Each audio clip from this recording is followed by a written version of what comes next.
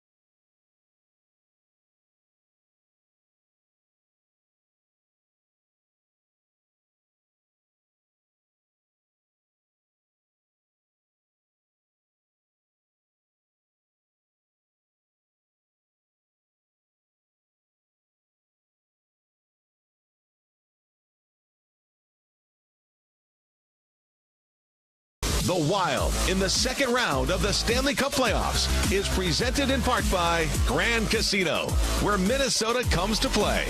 Visit grandcasino.com to plan your next visit. By BMO. In front, beat Wedgwood club side.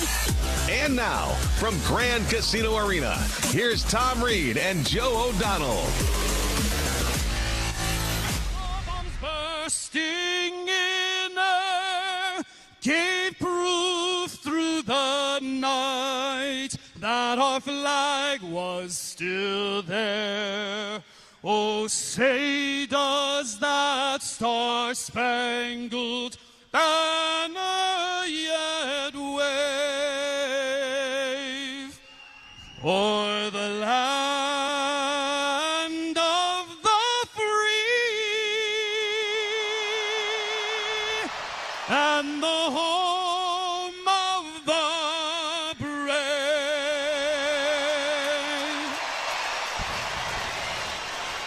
John Cosmaker of the Star Spangled Banner from the Al Shaver Press Box here at Grand Casino Arena, St. Paul, Minnesota. Game 3.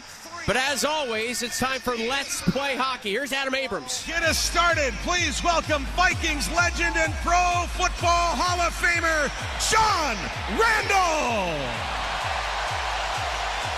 Minnesota Wild Man, are you ready?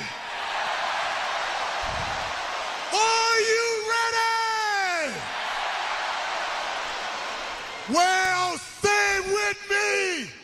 Let's play hockey! I'm surprised he didn't have the eye black on. Joe, we should put him on a pair of skates. I think he might do something in that first shift. Yeah, he's ready. Oh, that's what Minnesota needs right now. That first shift is so important. It energizes the bench also. The quick shifts get everyone on the ice as quickly as possible to get a feel for the game. Underway in Game 3. The Wild from right to left on your radio dial in the opening period. Wearing their green jerseys here tonight. Avalance from left to right in the opening period in their white sweaters. Again, Volstead and Wedgwood, the goaltending matchup. Game 4 is Monday night. Will it be 2-1 in favor of the Avs in the series, or will the Wild be on the brink? That is what will be determined here this evening. As through the neutral zone, Lehkonen try to feed one along. Good stick by Zuccarello, broke it up. Whips it up ice for Kirill Kaprizov. Taves nearly fell down. Kaprizov right in front with a shot, and a glove save by Wedgwood. Boy, a little bit of a miscue there by the Avalance. One player falls, and that gives Minnesota a chance to come right in there. And Hughes is one of those guys that can make some things happen. No question about it. Minnesota right now has to be talking on that bench. Re-energize each of those players. Talk to each of your linemen before going. What are we going to accomplish? How are we going to do it? 3 days off between games 2 and 3, a rarity. Over the last 10 playoff years, it's happened just 3 times prior to this instance. Twice in the 2020 bubble, most recently in 2023 when the Oilers and Kings played. There were 3 days between games. A chance here for Nichushkin. His backhander went wide. Nichushkin around the left wing corner. Up high it comes. Kulak to Malinsky. Back across to Brett Kulak for a shot that caught the end glass. Malinsky tries to hold in. Johansson tips it along. Numbers for the Wild. Johansson in on side. Threw one in front. Nobody there. Gathering off the right wing boards, Boldy looking for the trailer off the bench, Spurgeon. That was broken up. Whipped down the ice by the Avalanche. This should be and is an icing call in Colorado. Yeah, good start by Minnesota. The legs are churning, no question about it right now. And that's what you need from each and every player when they step on the ice. Just play it like there's no tomorrow. You have to win this hockey game. Don't have to, but it certainly would help in getting back into the fold here right now. Of course, the Avalanche lead by a series lead of 2-0 in the 2 games they've played. Minnesota trying to catch up to them. Teams that have a 2-0 series lead advance just over 86% of the time in a best-of-7 across the Stanley Cup playoffs long history. The Wild, though, beat the Avalanche in 2014, trailing the best-of-7 2-0. Only series win in franchise history when down 2-0, and it came against the Avs a dozen years ago. Danila Yurov through the neutral zone, fires one in. Yurov, Trenyan, Tarasenko, the all-Russian line reunited for this one. Now it's Middleton onto the tape Off Tarasenko, got it to center. Trenyon tries to rumble in. One-time member of the Avalanche will chip it deep and take Nick Blankenburg to the end glass. Over to lose puck, Ross Colton. Try to sweep it behind his net. Turned over. Good forecheck by the Wild. Urov spins right wing side. Try to cycle it down low. Bottled up. Nazem Kadri worked it ahead. Nick Waugh was hit at center. Middleton just got dinged by his own teammate, and he's hurt. And Middleton goes very gingerly to the Wild bench as a furious check back of the net. Marcus Foligno just ran Nick Waugh into the first row. And that's the type of game that Felinos like to play, like that physical game. Up ice pass for Sturm went awry. Comes in on Wedgwood, who just jumps on top of it. And Sturm gave him a snow shower for his trouble. 2:34 gone by in the first. Crowds into this one early. No score in game 3. Yeah, that's a good ship by Minnesota early on. As you mentioned, Joe, the shots right now 2-0 in favor of Minnesota. And that's a good start for the Wild. That's what they need, the energy. Just listen to the crowd right now and how excited they are to be in this building. And for all of those thousands of people outside this building have to be enjoying themselves. Middleton is being looked at by Travis Green, one of the Wild's athletic trainers. As the Avs walk in with a shot that caught the glass, throwing his head to the rafters was Drury as he misfired. Kaprizov trying to force his puck out the center to get it to the neutral zone. Now Quinn Hughes, who did not have a shot on goal in Game 2, played just over 28 minutes. He came into Game 2 leading the playoffs with 11 points. That's across the entire league. But again, off the score sheet and no shots for Hughes in Game 2. Makar around his own net, avoided a heavy hit from Ryan Hartman. Makar didn't skate the last couple days for the Avalanche, but able to go in Game 3. Remember, he was hurt back in Game 1. Marcus Foligno rolled one, Ryan Hartman rolled one through center ice. I was thinking to the hit that Foligno threw on Makar that dinged him up in Game 1. As Makar now through the neutral zone slices it in. Back for it, Damon Hunt. They'll rip it around. Hughes got a chunk of it. It's just past reach of Nathan McKinnon and allows Zuccarello to swing it ahead. First man after loose puck's Boldy, so there's no icing here. Boldy, a little stop-and-go move. Came around the net, centered for Urov, and that was broken up. Hustling to it, Johansson got to the point. A shot by Hunt. Tipped wide of the corner. Charging to it, Spurgeon. Jabbed around the net. Brent Burns there for Colorado. And off to Lehkonen, who chisels it ahead. A bouncing, knuckling puck. Looks like it'll die short of icing. And you bet right now, Hunt a little bit nervous on the ice, getting a chance to play with Spurgeon out there. And one of those guys that can make some good things happen. Hopefully that'll be the case here this evening. Third ever career playoff game at the NHL level for Damon Hunt. Did have an assist in Game 2. Nichushkin carries in for the Avalanche. Tried to find the weak side help. Gabriel Landeskog.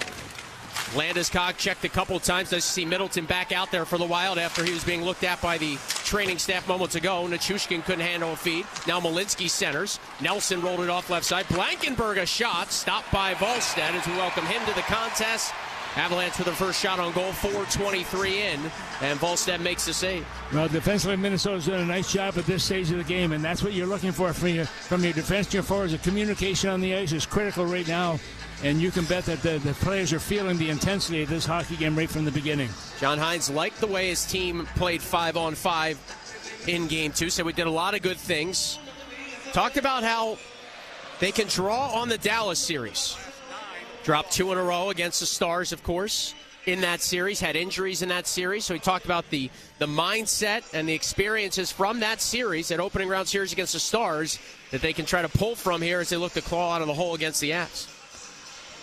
Trenyon in to take the face-off after McCarron was thrown out. Avalanche get it back. Point shot blocked. Tarasenko left side. Turn this puck over. Sam Malinsky had it, then jab free by Tarasenko out the center. Yeah, Tarasenko with a bad play there to begin with. He made a tone for it by knocking the puck out of the defensive zone. Through 2 games, the Wild out shooting the Avalanche 67-66, but outscored 14-8.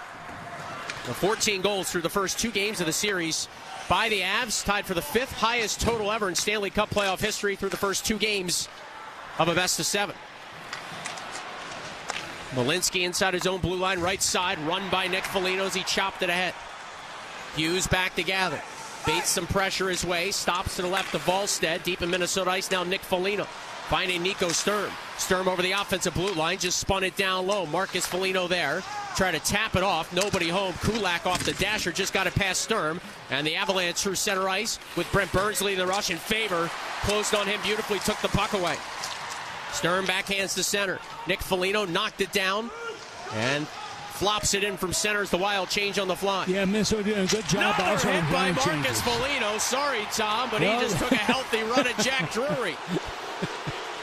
Oh, that's okay. Okay with me. Matt Zuccarello in. A left wing pass, Kaprizov fakes a cross-ice dish, carries around the net of Wedgwood. Right wing corner, Kaprizov from low to high. Spurgeon with a lane, fired a shot, and it was hammered wide. Damon Hunt to crash to it.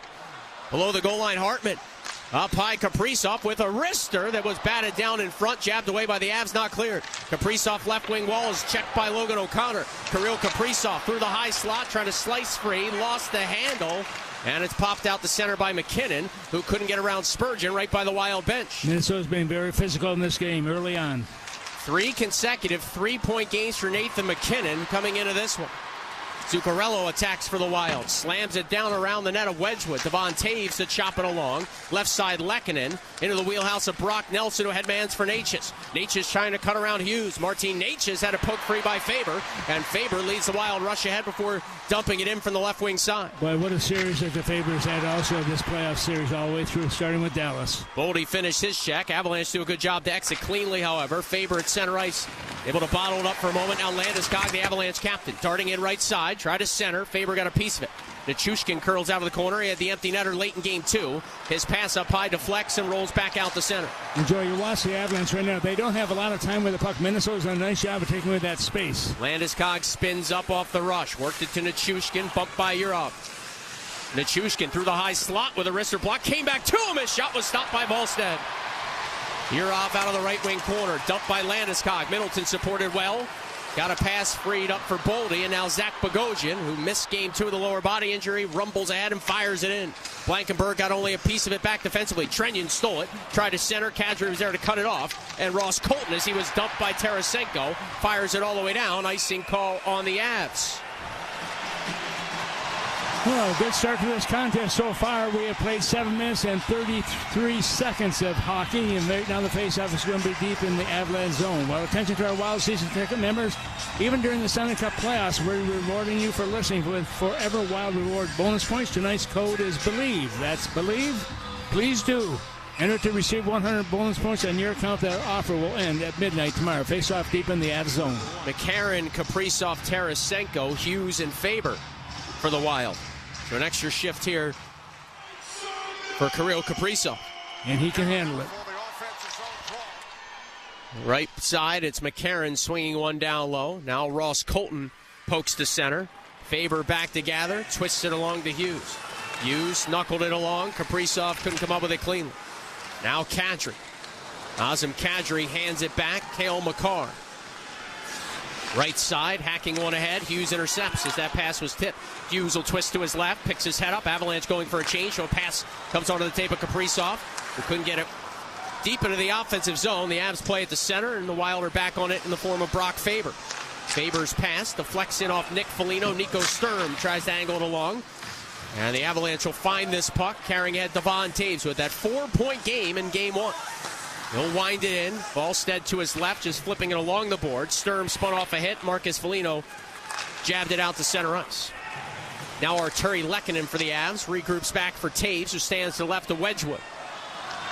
Scott Wedgwood trying to join Tiny Thompson. Yes, that's a real name. And Cam Ward as the only goaltenders ever to win their first 7 career playoff starts. Here's a chance for Hartman in the slot. He hammered it wide, blocker side. Hunt to the rebound. Back of the net, Nick Foligno. Chopped along Hartman. Loads and tees one up. Didn't get much on it. Trickles around the net. Jake Middleton to skate to it. Left wing boards offensive zone. One to center. That ricocheted around, and the Avs will find it. Lehkonen flings it along McKinnon. Bursts ahead. With 2 players staring him down, the Avs are offside. Timeout on the ice. Our first break in the action comes with 10:58 to go in the first period. It's game 3. The Wild and the Avalanche are scoreless from St. Paul. You're listening to Wild Hockey, presented by Grand Casino.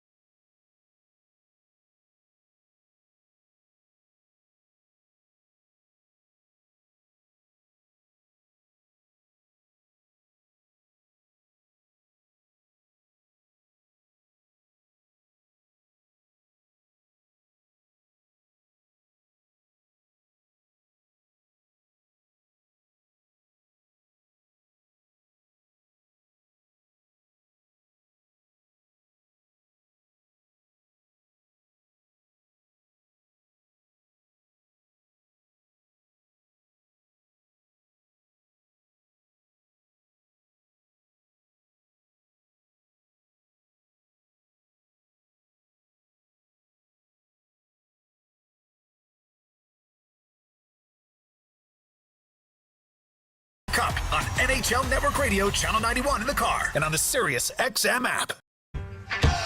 Your weigh-in starts right here with Minnesota Wild season ticket memberships. Lock in priority playoff access, exclusive member pricing, and unforgettable moments. Become a season ticket member today at wild.com/forever. Face off outside Minnesota's defensive zone right in front of the Minnesota bench. Carolina Hurricanes, first team to advance to the conference finals. They win in overtime, sweeping the Flyers 3-2 in Game 4. So they're going to have more time off. They're now 8-0 in the playoffs. Faber, deep in his own zone, swung it around left side. Zuccarello tried to hack it out. It ricocheted around, and Volstead just jumps on top of it. Just 13 times as a team started the playoffs 7-0. Mention now the Hurricanes are 8-0. If the Avs win tonight, they would join that exclusive company, starting 7-0 in the playoffs. 8 of the previous 12 teams to start 7-0 have gone on to win the Stanley Cup. Again, not including Carolina from this year, of course. We played 9 minutes and 13 seconds here, and both teams with 2 shots on net. Right now, the faceoff deep in the Minnesota zone. Off the draw, the Wild come up with it. Hughes to Faber, banked it right side, getting knocked down with Zuccarello. Hustling to loose puck, Hartman. Ryan Hartman charges in. He'll fire a shot. Wedgwood the save. Hartman jabbed at the rebound, and Wedgwood snatched it with his glove. Boy, and that's a situation where you take the shot and you keep going towards the net. You don't slow down. You don't cut away. You go towards the net. That's where the puck was. You got the second opportunity. And Wedgwood able to grab onto that one. That'll bring the faceoff to his left. Hartman's got points in both games of this series and 12 points his last 14 playoff games. And Ryan Hartman with 12 shots against the Avalanche in the first 2 games as well. Yeah, I really like the way he has played all season long also. He's really kept his composure. He's a tough character, no question about it, but he's been very smart in his play this year. Wild win the offensive zone face-off. Eventually, Kaprizov sent it back of the net, cutting it off Makar, stealing from him. Kaprizov, he'll shed Brock Nelson. Kaprizov around the net of Wedgwood, tried to spin in front. Zuccarello, a hurried shot stopped, and the rebound plucked out the center.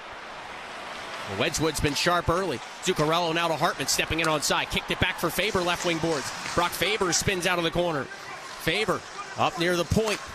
Punched it down low looking for Kaprizov, who's stapled there for a moment by Taves. Kaprizov turned, lofted it in front. Goal stick of Wedgwood, knocked it away from trouble. And again, the Avs get it just out the center. Hughes pressured, has to peel back a bit. Quinn Hughes, left wing side. Hands it off to Marcus Johansson, fresh off the bench. He'll cut past the check at center. Johansson flying into the slot. Had it stabbed away by Burns. Johansson to it off the Boldy, coming out right wing side, up high for Hunt. Damon Hunt hands it back to Boldy. A quick pass, Spurgeon has a lane, left circle, walked in with a shot. Blocker save, Wedgwood. Spurgeon now up the short side for Johansson's one-timer. Hit the outside of the net, and Ross Colton relieved some pressure, got it to center, but Boldy gloved it down. Pitched it ahead, Johansson. Dropped back to the right side, you're off, down low, Johansson fired it through the goal mouth wide, and the Avalanche get to it. Kadri near the red line, checked. Middleton to Boldy, absorbed some pressure on the bump by Waugh, but his pass was stolen. Johansson re-intercepts, then to Boldy. Now Bogosian carries in. He lost it in the high slot. Malinsky curls along for the Avs. Good start for the Wild. Malinsky rifle to pass up ice. Now open in front to his backhand. And stopped by Volstead. Was Parker Kelly on a grade A scoring chance. Yeah, Hill had a great opportunity. It goes to the backhand there, and there was Minnesota's netminder. Jesper making the save once again. And listen to this crowd. Appreciate what the Wild have done at this point in the game. Puck ended up in the Wild bench after Minnesota scrambled to clear that rebound away from trouble. 8:54 to go in the first. A great left arm save by Volstead. It bounced behind him but stayed out. And Game 3 remains scoreless here in St. Paul. You're listening to Wild Hockey, presented by Grand Casino.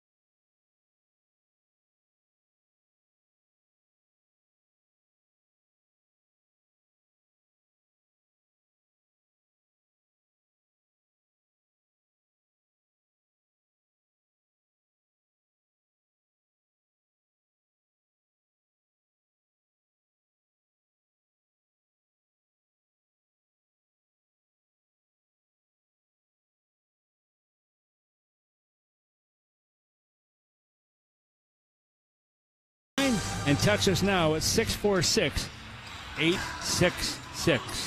646-866. It's too many sixes. That says 64686. That's what I said. Yeah? 646-86. Great. What? What's that exclamation mark there for? Off the draw, Kulak a shot, fended away by Volstead. You two can sort it out at intermission. Avalanche working to the right point. Malinsky fires one, tipped wide. Grabbing at Tarasenko, rattled it ahead, didn't get it out. Kulak read that play. Now Jack Drury cross ice. That pass handcuffed Logan O'Connor. And Minnesota gets it to center before Drury fires it back in, and Trenyon made him pay for that. Volstead on the goalie handle. In a close proximity for Hughes. Snapped the pass off the left wing boards. Trenyon got a chunk of it. Back is Cale Makar. Makar top 5 amongst defensemen in goals per game in Stanley Cup playoff history. He'll carry the Avalanche ahead from deep in his own zone. Now Taves, his longtime defensive partner, former Islanders draft pick, rattled it in. Hartman quickly able to throw it back out to center. Nathan McKinnon on the reset. Bothered by Faber. Here's Makar through the slot. A pass blocked by Hartman. Penalty call coming on Minnesota. Makar around the net. Lost it to Hughes. And there is the touch-up and the whistle. And they're going to check for blood on Nathan McKinnon. And it looks like just a minor. We hope that's just a minor. Minnesota penalty number 7. 2 minutes for high sticking.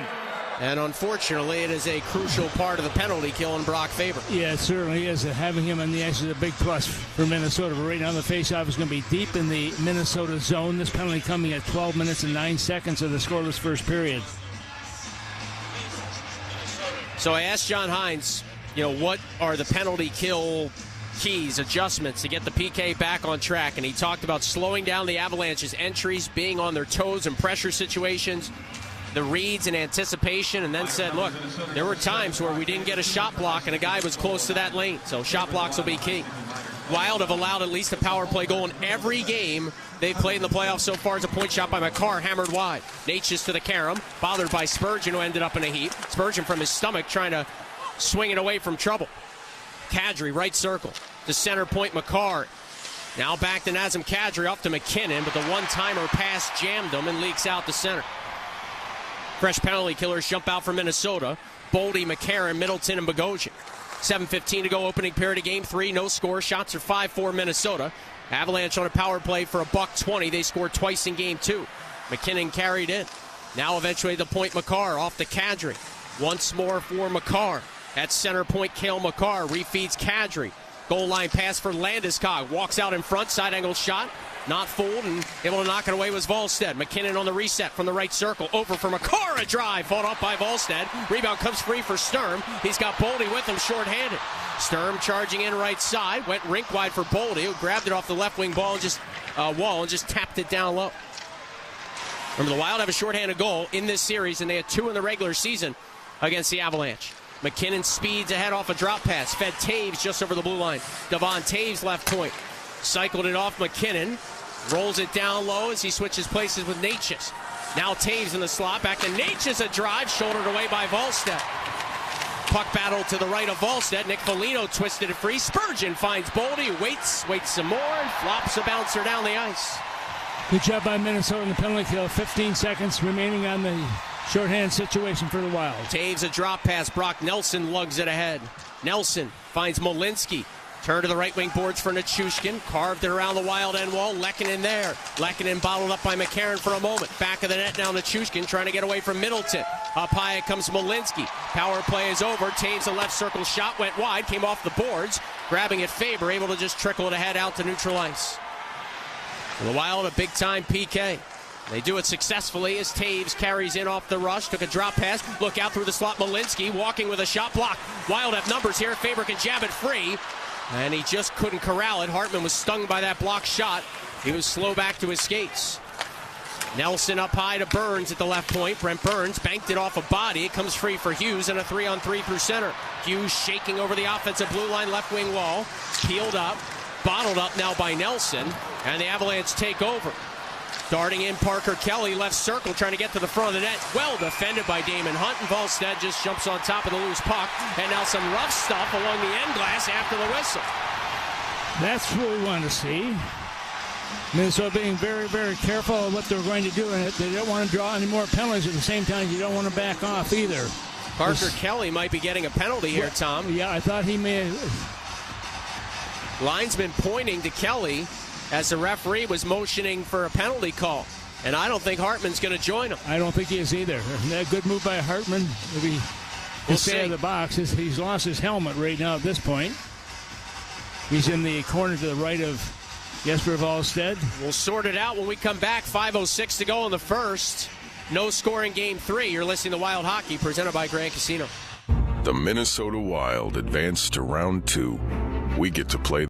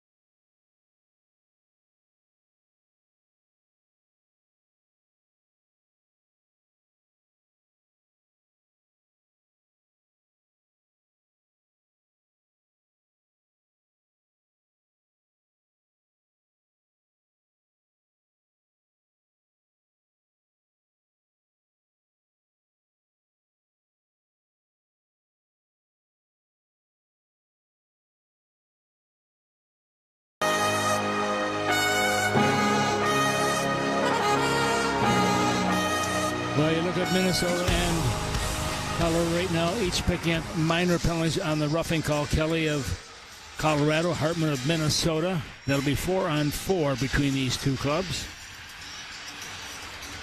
This penalty coming at 14:54. In that first power play by Colorado, they had 3 shots on net, and Jesper Volstead able to stop all 3 of those shots coming his way. He's been focused. Game 1, stop 34-42. Mentioned on our extended pregame show, last goalie prior to Volstead to give up 8+ goals in a Stanley Cup playoff game was Sergei Bobrovsky in 2023. That's the game where the Panthers season came to an end. The Golden Knights won the Stanley Cup that night. Of course, Panthers then winning the next 2. Through the slot, Kaprizov wide open, dances with it. He scores! Kaprizov undressed Wedgwood and ripped it upstairs, and the Wild have a 1-0 lead.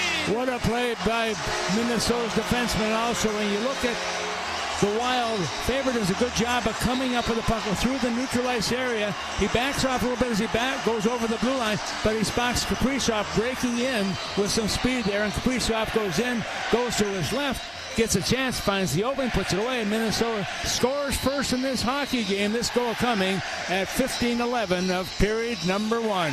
Kaprizov's got to go on back-to-back games, now 19 in his playoff career, most ever in franchise history. Set that mark back earlier in this 2026 postseason. The Wild 3-0 this year in the playoffs with scoring first. Here's Adam Abrams. For Minnesota! 4th goal of the playoffs for number 97, Carrell. Here's Boldy right circle. 4-on-4 hockey continues. The Wild working it quickly around. Hughes, Faber, Boldy, and Kaprizov on the ice. Hughes left point. Shoves it to Faber. Faber finds Boldy. They'll interchange. Boldy drops it to the right point for Hughes. Hughes flicks it along. Kaprizov, a long shot. Tipped by Boldy. Answered on a stop by Wedgwood. Boldy gets to his own rebound. Swings out of the right wing corner where he's hounded by Taves. Boldy got infracted with. Power play coming. McCarr's going to touch up, and the Wild are getting a 4-on-3 power play with a 1-0 lead here in Game 3 late in the first. Yeah, what a play by Boldy once again. He gets control of that puck. He's hard to knock off that puck, and right now, because of his effort there, Minnesota's going to be in the power play. Colorado penalty number 7, 2 minutes for hooking. And with that, Minnesota will be on the power play right now as Taves of Colorado goes to the penalty box on the hooking call. This at 15:52 of the period. That's the second 4-on-4 goal of the playoffs for the Wild. And again, Minnesota 3-0 this playoff year when scoring first all time in their playoff history, 28-11. Avalance allowing the game's first goal for just the second time in this postseason. And through the first 2 games, I mentioned earlier, through the first 2 games of the series, Colorado only trailed for 69 seconds. And in the entire postseason, 4.5 minutes of total time trailing in 6 games. Habs win the draw and hammer it down. 4-on-3 power play. Usually this is saved for overtime in the regular season, these 4-on-3 man advantages. Kaprizov in on side, right circle. Works it along Zuccarello. 42 seconds left on the coincidental penalties to Kelly and Hartman. It's a 4-on-3 man advantage for the Wild. Zuccarello left circle, down low Kaprizov.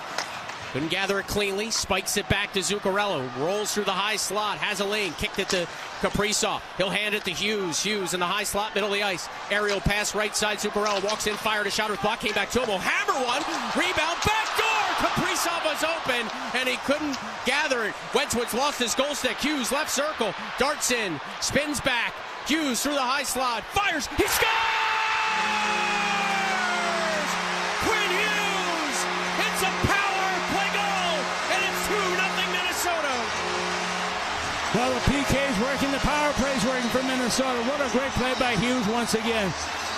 And Billy Guerin, congratulations. You brought a star player to Minnesota, and Hughes makes the opposition pay for that one. Does a great job of just controlling the puck. He's so calm and cool out there also. He waits and he finds an opening, and it looks like he's going to go backwards for a second, which he does, but all of a sudden he starts to cut, and as he cuts, he has a release, quick release off the blade of that stick. It's in the net, and Minnesota with a 2-0 lead. This goal coming at 16 minutes and 44 seconds of the first period. Minnesota leads 2-0. Boy, that's pretty similar to a spot where Hughes scored in the Olympics in overtime to help the Team USA group move on. And with no goal stick for Wedgwood, it was below his goal line in the corner. Hughes went stick side with a shot. McCarr trying to get it right. Backfires one. Tipped by Taves. Answered by Volstead. Back to 5-a-side hockey now. Hughes finds Tarasenko. Bolting in left wing wall. A shot. Came off the end wall dangerously there. And the Avs knock it away from trouble. Hughes at the point. Keeps in. Works his way to the left wing side. Fired one. It just missed the far post. Faber to the Karen. Wild buzzing here. Tarasenko trying to lob it in front. That's stolen away. McKinnon to Natchez. And the Avs get out to center ice. Martin Natchez carries in, lost the puck. Hughes just sweeps it ahead. It'll go all the way down. And be an icing call in the Wild. 2:33 to go in the first. It's Game 3, and the Wild have a 2-0 lead at home. Yeah, good effort by Minnesota once again. Getting that lead, getting that first goal, Joe, is so important because it energizes that bench, and the guys coming on that next shift also have good opportunities. And Minnesota right now getting that goal from Hughes is 4th of the season. Zuccarello is 6th assist in the year, and Kaprizov, who now has a goal and assist in this game, has assist number 9. Zuccarello now points in all 6 playoff games he's been able to play in. Remember, had an injury against the Stars and missed some time. Nick Waugh for the Avs to Molinsky. A shot, stop, rebound, loose side of the net. Penalty call coming on the Wild. It's a cross check. Yes. And the Avalanche are going to get a power play time. Yeah, that's going to be a cross check going against the Wild right now, and that's going to keep the faceoff deep in the Minnesota zone. Here's the call.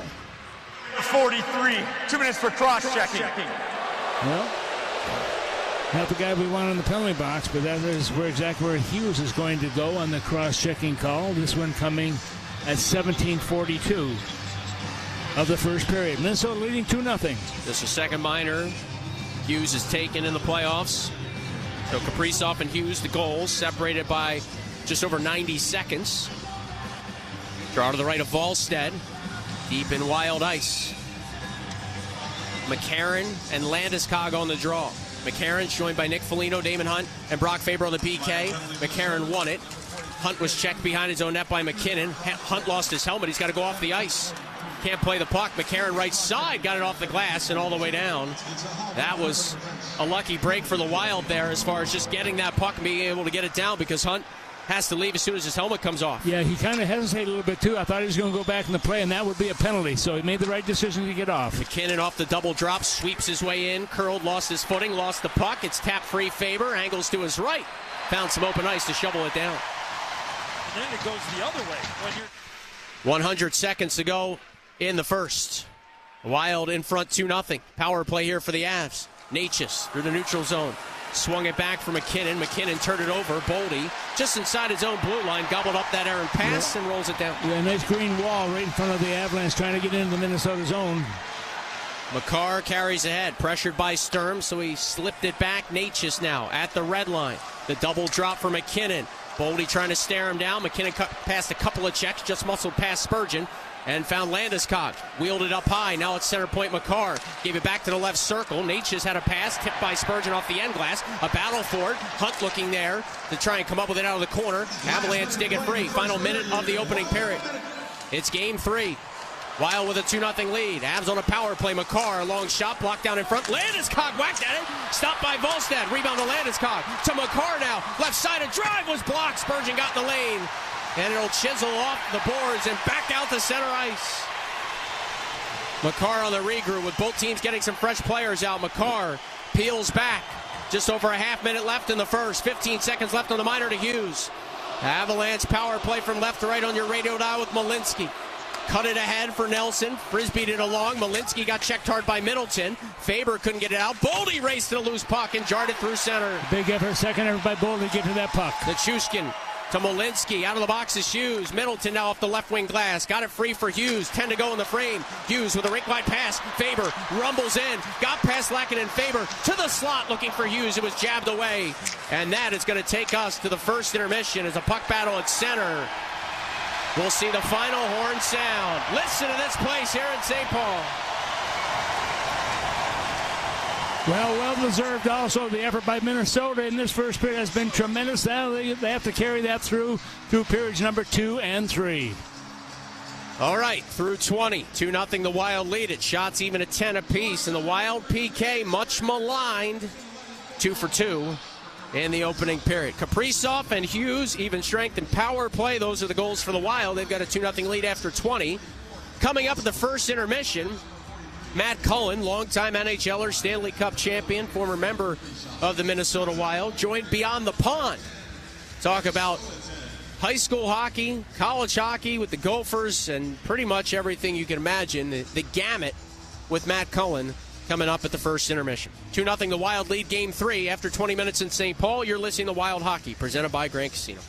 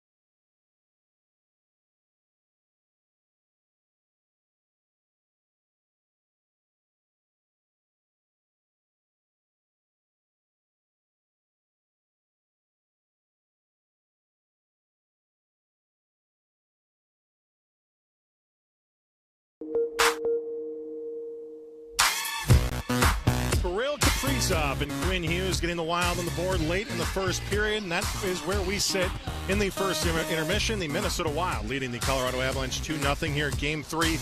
Welcome back to St. Paul. I'm Zach Halverson. This morning, the brand new Golden Gopher Director of Player Development, Matt Cullen, joined Kevin Fallness and Pat McLitty on Beyond the Pond here at KFAN. Let's take a listen.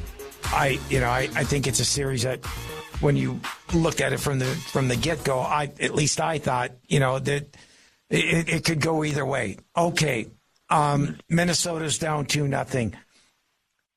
What's the mindset for a team that is down 2-0? Knowing that, tonight, it's almost a must-win game against a team like Colorado.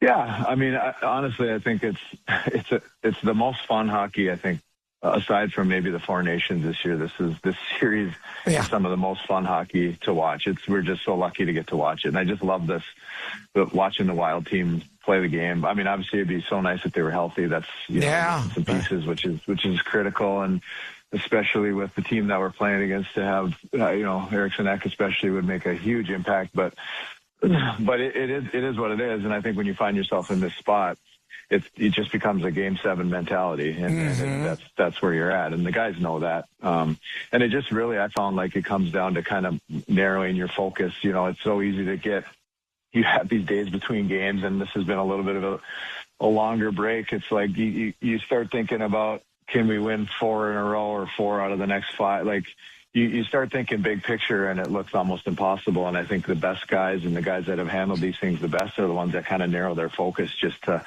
literally block everything out. And, it's an overused term in hockey, you block out the noise, but there's some truth to it. You just literally have to simplify it to this one game. And the teams and the guys that can do that and just focus completely on one game and lose track of the rest of it, where the series is at, but just play a Game 7.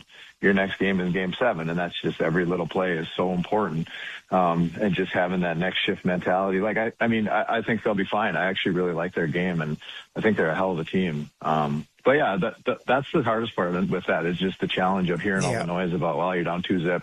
And then you start hearing the stats about historically when you're down 2-0, your odds of winning are, there's so much stuff out there, and it's really, honestly, and I know they have a really tight-knit group and great leadership, so they'll be fine. It's just about kind of bearing down on that one game. This is your Game 7, and this is the entire world to you right now, and that's where they'll get to, and I think they'll be fine. Talking to former Wild forward Matt Cullen, 21 years in the National Hockey League and 3 times won the Stanley Cup with the Hurricanes in 2006, Pens in 2016 and 2017. 21 seasons in the National Hockey League, a whole lot of experience in the Stanley Cup playoffs. I know it's hard to be away from the game as a former player in general, but this time of year, do you start getting the shakes? I mean, this is what you live for this time in this drama. And you could probably still play. Oh, 100% you could play. No, I could not. But yeah, it is actually. We watch the games every night, and honestly, this is like the best time of the year, I think.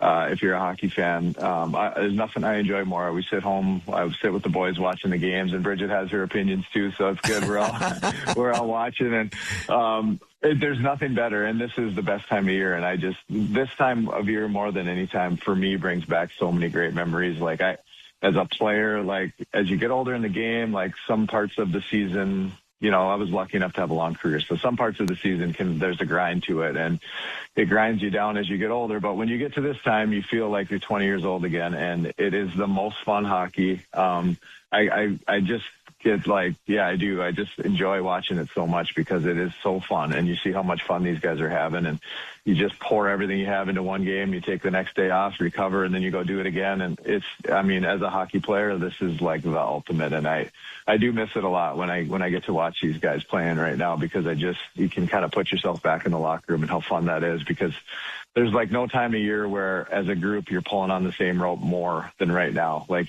remember the celebrations on the bench when you score a big goal, and it just like you can't replace it. There's just nothing like it. It's awesome. All right, I'm going to put you on the spot then. 20 years ago, you won your first Stanley Cup, and after the game, you're holding that big silver trophy. You're hoisting it towards the rafters. You give it a big smooch. Phenomenal.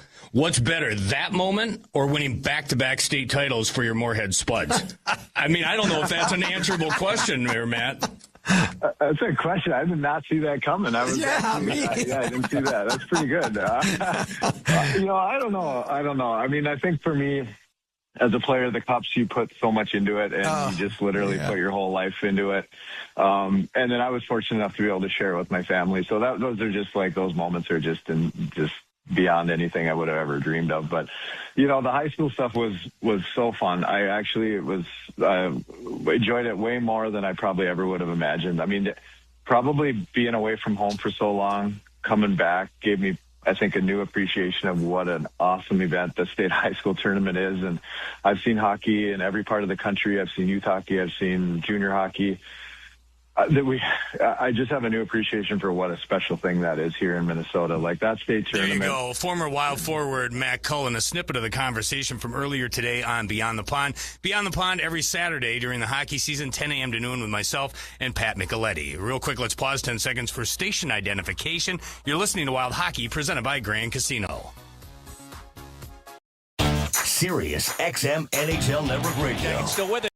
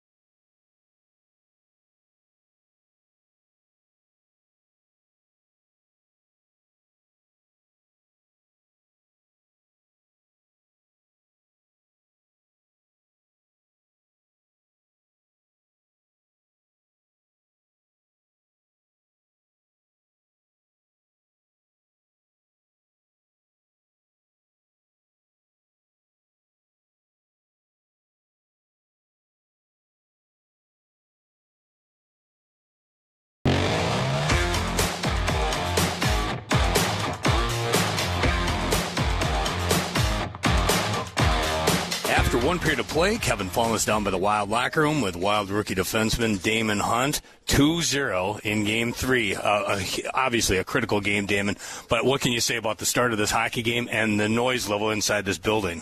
Yeah, what an atmosphere for that first period here at home. I think the fans just gave us that boost. I think we just got to keep at it. PK was good to start. So I think we just got to keep rolling, stick to the game plan. I mean, you have to have an appreciation for you. You knew about Quinn Hughes before you came over here. Brock Faber as well.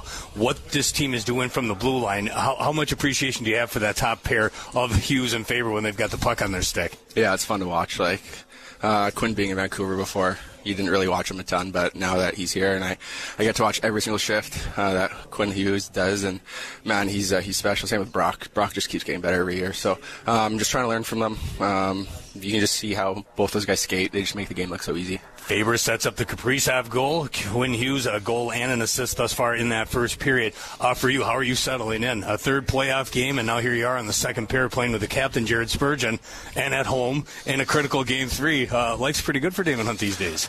Yeah, I think I'm just trying to rise to the occasion. Like it's been a lot this year, but I think being thrown into the fire has been good for me. You got to go out there and you got to compete and perform, and I thought I've handled myself pretty well in the first 2 games, and this first period went pretty well too. So, like I said, we just got to keep going, keep chipping away one shift at a time, and I think good things will happen.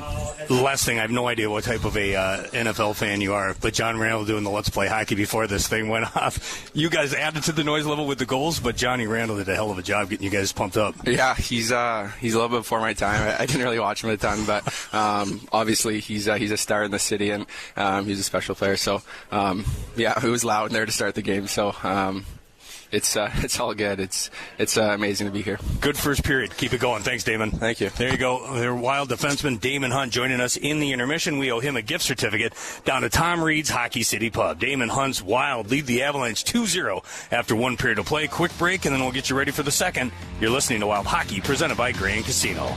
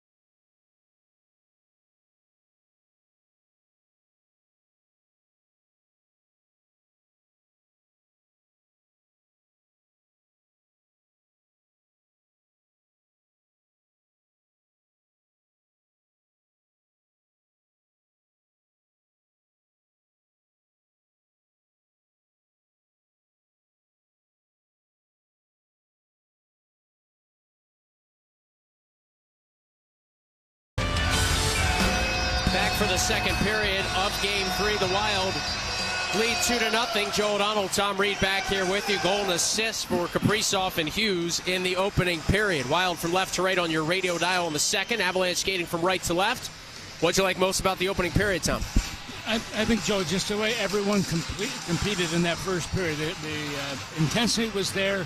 And, you know, your best players are your best players. You want them to be that, and they certainly were in that first period. But everybody else chipped in as well. Avalanche entered this game 3 as the fourth team in the last 30 years with multiple goals in 5 straight regulation periods. Held off the board in the opening frame tonight in game 3.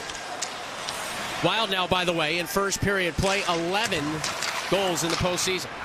Faber carries the Wild ahead over the offensive blue line. Shakes towards the left wing boards and then sprayed it down low, gathering Hughes. Hughes around the net of Wedgwood. Coming out right circle, Quinn Hughes feeds a man off the bench, Spurgeon. Popped into the left wing corner now for Zuccarello. Zuccarello hands it to Hughes. Hughes just rattled it back of the net. Hartman there, stapled to the glass by Lehkonen. To the loose change is Makar. He'll carry the Avs out through center, but he lost the puck. Hughes hounded by Makar. Makar got it back. Cale Makar, left circle shot blocked by Spurgeon and jabbed away from immediate trouble. Kaprizov now scurries to it. Makar checked him. Kaprizov stayed on it, and Urov will put it on his tape. Kirill Kaprizov floats it in as he goes for a change.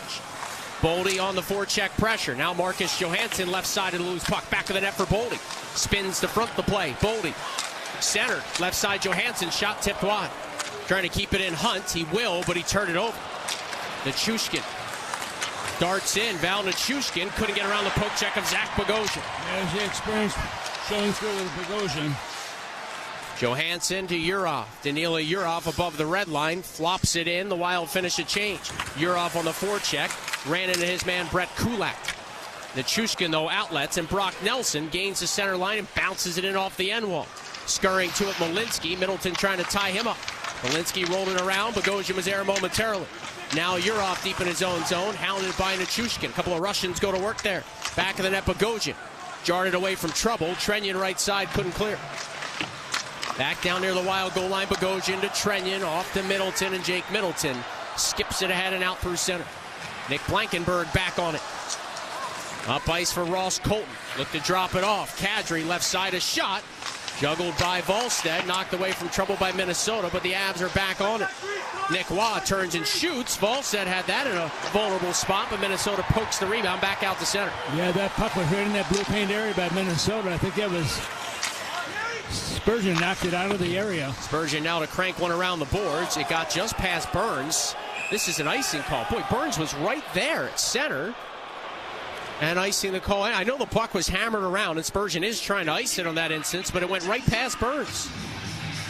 Yeah, he did not make the attempt. Burns, maybe he's a little bit tired. He's had a lot of games over the years. He played 1,579 regular season games. And, of course, you look at right now, 22 years now in the NHL.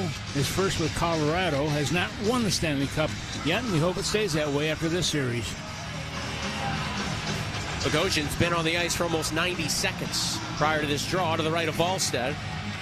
Kadri and McCarron on the tie-up. Kadri won it. Nathan McKinnon through the high slot with a shot blocked by Tarasenko. Trenyon chopped it along Bogosian, trying to free it up. Natchez hounding in. Avalanche loading up here with Kadri, Natchez, and McKinnon. So Jared Bednar wasting no time. Down 2-0 early in the second of Game 3 to try and get some, maybe a little bit more firepower instead of Lehkonen with McKinnon and Natchez. It's Kadri. Spurgeon in the neutral zone to McCarron, just chipped it ahead. Taves floats a pass. Makar didn't want to get hit by McCarron, so he just poked to center ice. Good decision on the part of Makar. Hughes to Spurgeon. Now back to Quinn Hughes. Hughes gains the red line, tried to sky it in. Taves gloved it down and flips it the other way. Back is Hughes, dangled off the left wing boards. Kulak intercepts, twisting it along. Jack Drury kept it coming, and Logan O'Connor able to paddle it in. Hughes deep around his own net, got hooked, showed the referee, and the call was made. Quinn Hughes kept puck possession, looked at the ref and said, "What gives?" Yeah, the hookers are going to be a hold. Either way, it's going to be a penalty, and Minnesota going the power play. Here's the call. Colorado penalty, number 17. 2-minute minor. Holding. So holding coming at 3 minutes and 39 seconds of the second period, with Minnesota leading by a score of 2-0. Minnesota doing their job. They scored one of their goals, a goal by Hughes with a power play goal back in the first period. Right on the faceoff is deep in the Avalance zone. Just one shot in this period for the two teams combined, and it's gone the way of Colorado. Power play for Minnesota in the playoffs. Now 5 goals, including the one back in the opening period. That was a 4-on-3 power play goal from Hughes. Avalanche in the regular season had the league's top penalty kill. In the postseason, excellent as well, 18 of 21 coming into this game. Ryan Hartman right side after the Avs got a quick clear down. Now Boldy, top of the right circle, offensive zone. Goal line pass looking for Kaprizov. It bounced away, but Kaprizov rescues it. Flings it back to Boldy at the right wing hash marks. Matt Boldy now at the faceoff dot, down low. Kaprizov was open in front. Wedgwood made the save, and he's got the loose puck with his glove, reaching out to his left to hang on. Boy, a couple of green sweaters right in front of him. Also, Hartman being one of those guys, and you look at also Kaprizov trying to pick up his second goal of this game. And right now, Minnesota's offensive threat is having a little bit of a meeting, deciding how they're going to play this next play once the puck is dropped to the left of the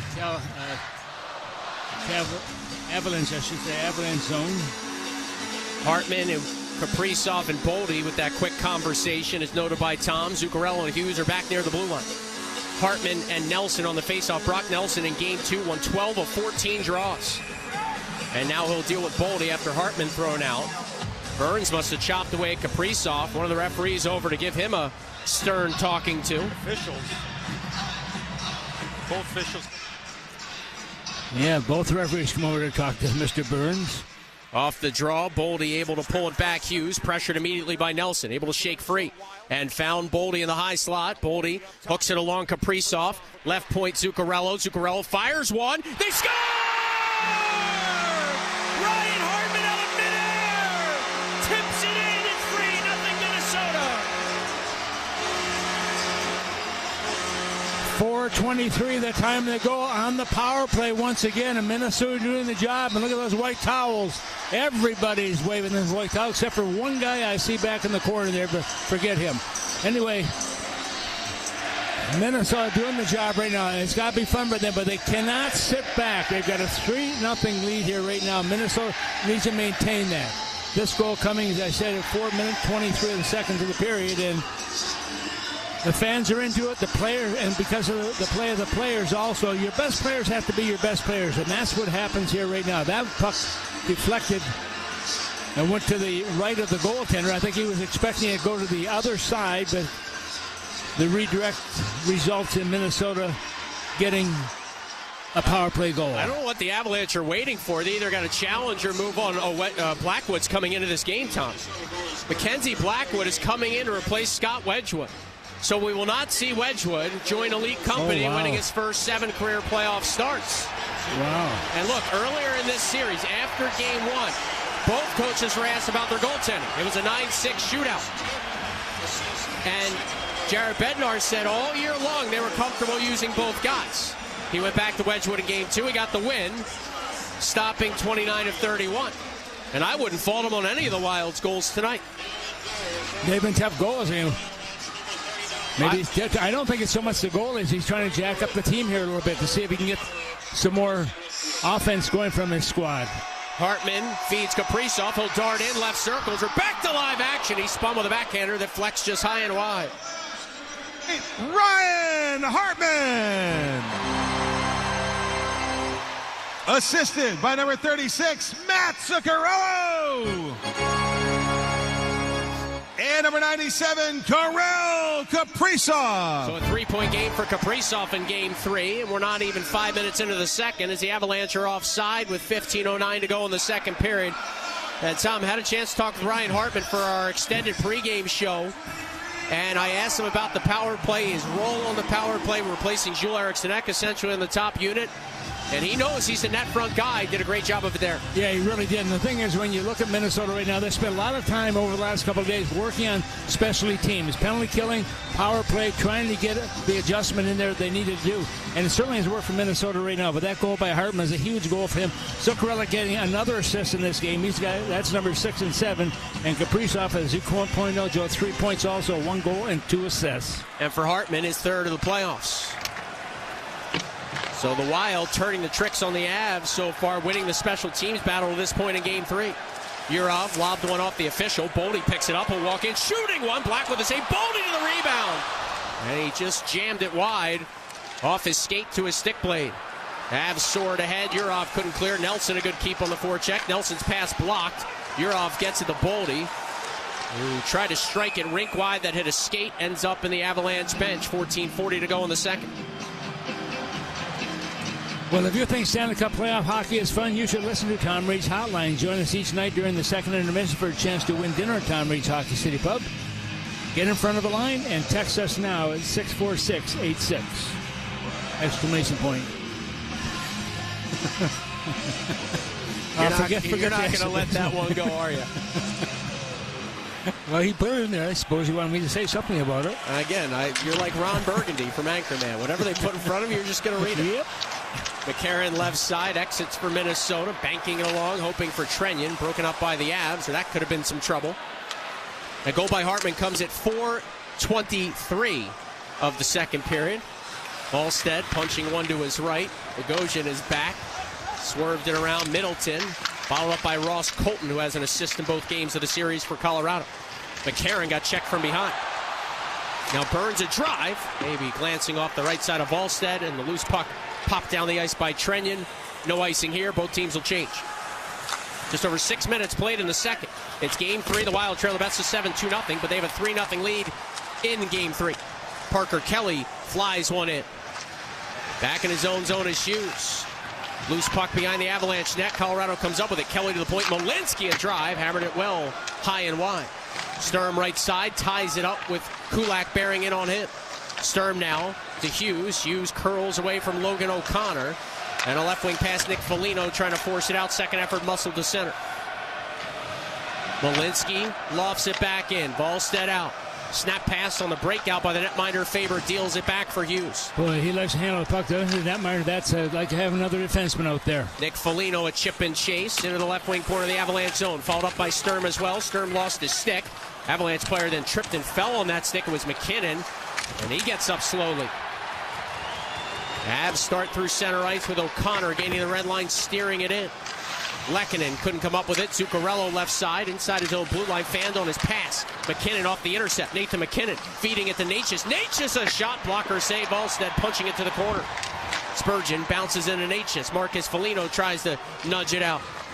McKinnon waits in the weeds down low as Natchez comes up with it for Colorado. Handed the puck off. McCarr activates left side. Cale McCarr deep into the offensive zone. Stops and comes out of the corner. McCarr feeding one. Natchez a shot blocked wide as Hartman able to tip it out of play. Yeah, Minnesota doing a good job using those six nice and low on the ice there, getting a piece of it, putting in the net. That'll get the stoppage of play and a chance to re-scrape the ice. 12:29 to go second period. 3-0 the Wild lead the Avalanche in Game 3 from St. Paul. You're listening to Wild Hockey presented by Grand Casino. Got kicked out of the house again, Johnny?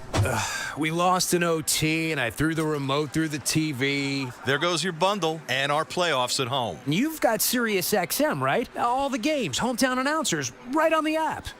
You are useful. Turn it on. Get every game of the NHL and NBA playoffs on SiriusXM and the SiriusXM app. Every game, every team, and your hometown announcers all in one place. But if you throw anything at my radio, you're walking. Major League Soccer is back on SiriusXM FC. There is so much talent in this league right now. All the top matches.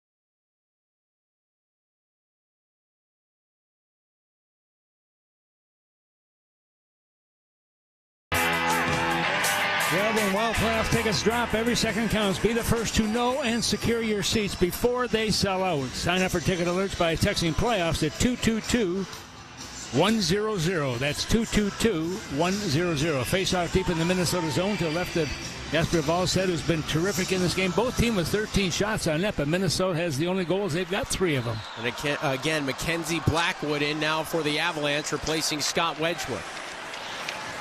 Hughes, a breakout pass. Backhand reception there by Zuccarello. Hits the red line, flings it off the end glass. Yeah, I'm sorry, Joe. 3 shots on 12, 3 goals on 12 shots against Wedgwood. Here's Taves dropping it off Natchez through the high slot. Hand it the puck to Landeskog. Landeskog from a tough angle, denied by Wallstedt with a couple sticks in the lane as well. Kaprizov flips it back. Snuffed out was Faber, so he got it to Hughes, who got sandwiched and knocked down. Avalanche dart back in. McKinnon has a lane right side. A shot blocker save Wallstedt. Rebound trickling around. Hughes punched it away from trouble. Zuccarello to Hartman, and a safe chip out to center as the Avs making a push. Yeah, Minnesota doing a good job just getting the puck out of the zone. McKinnon overskated for a moment, so he dealt it back to Makar, who rimmed in from center. Urov won his battle left wing board. Skates the Wild ahead. Danila Urov hits the red line and lofts it in. Out comes Blackwood.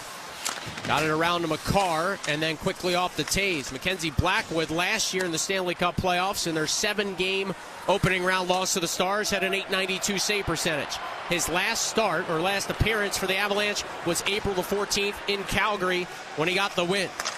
He was 23-10-2 in the regular season. Again, the Avs pretty confident with both guys. As Tom mentioned earlier, they won the Jennings Trophy, fewest goals allowed by a team.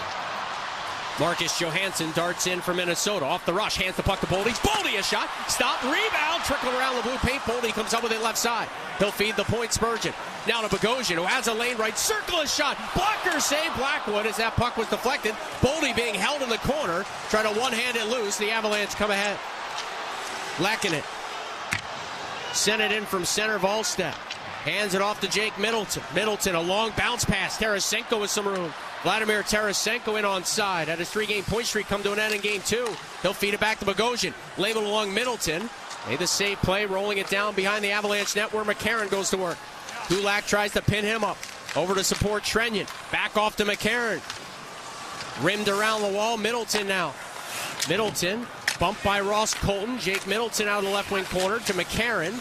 Looking for some help. Middleton's still there. Back of the net. Trenyon to the loose change. Trenyon trying to come up the short side. Dangles with it back into the corner. Good shift by the Wild as they change here and keep possession of the offensive zone. Trenyon escapes from trouble. Fought through a check. Rolled it along to Tarasenko. Filtered it down low for Nico Sturm, who's just off the Wild bench. Tapped along for Trenyon. He'll pin it up along the end wall. Avalanche steal and bounce it past Faber and all the way down. This is going to be an icing call in Colorado. And listen to the crowd again.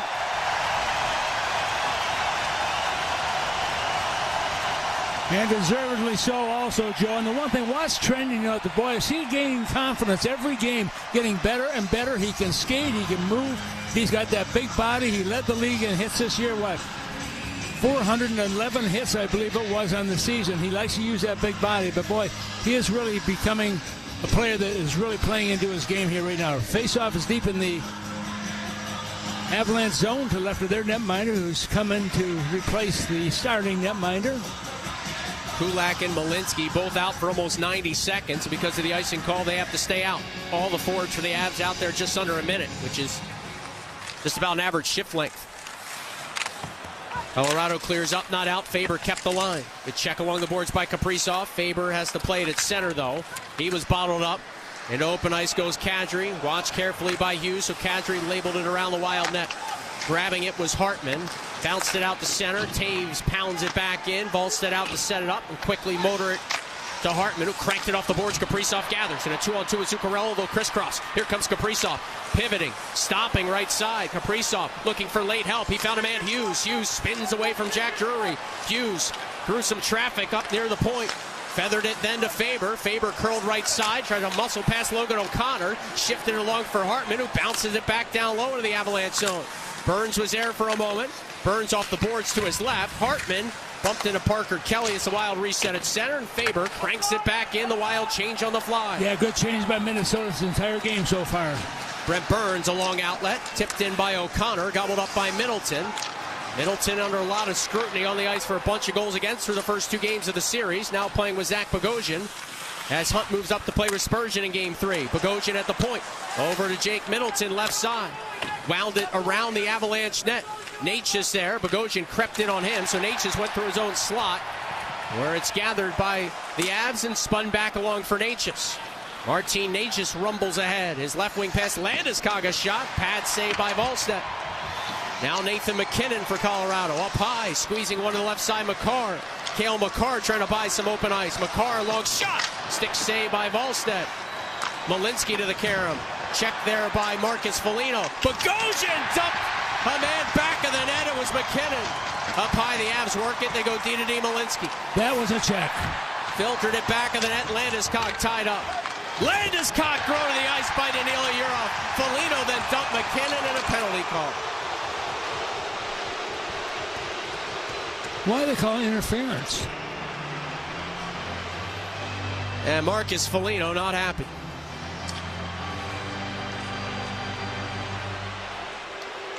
Minnesota penalty, number 17. 2-minute minor. Interference. Wow. Foligno is furious. And he should be. He's got to be careful, though. Yeah, I agree. 7:44 to go in the second. Timeout on the ice. Wild back to the PK. They got a 3-0 lead, though, in Game 3 over the visiting Avalanche. You're listening to Wild Hockey, presented by Grand Casino. Not far away, but nothing close to ordinary. Grand Casino is right here, ready to surprise you with the ultimate.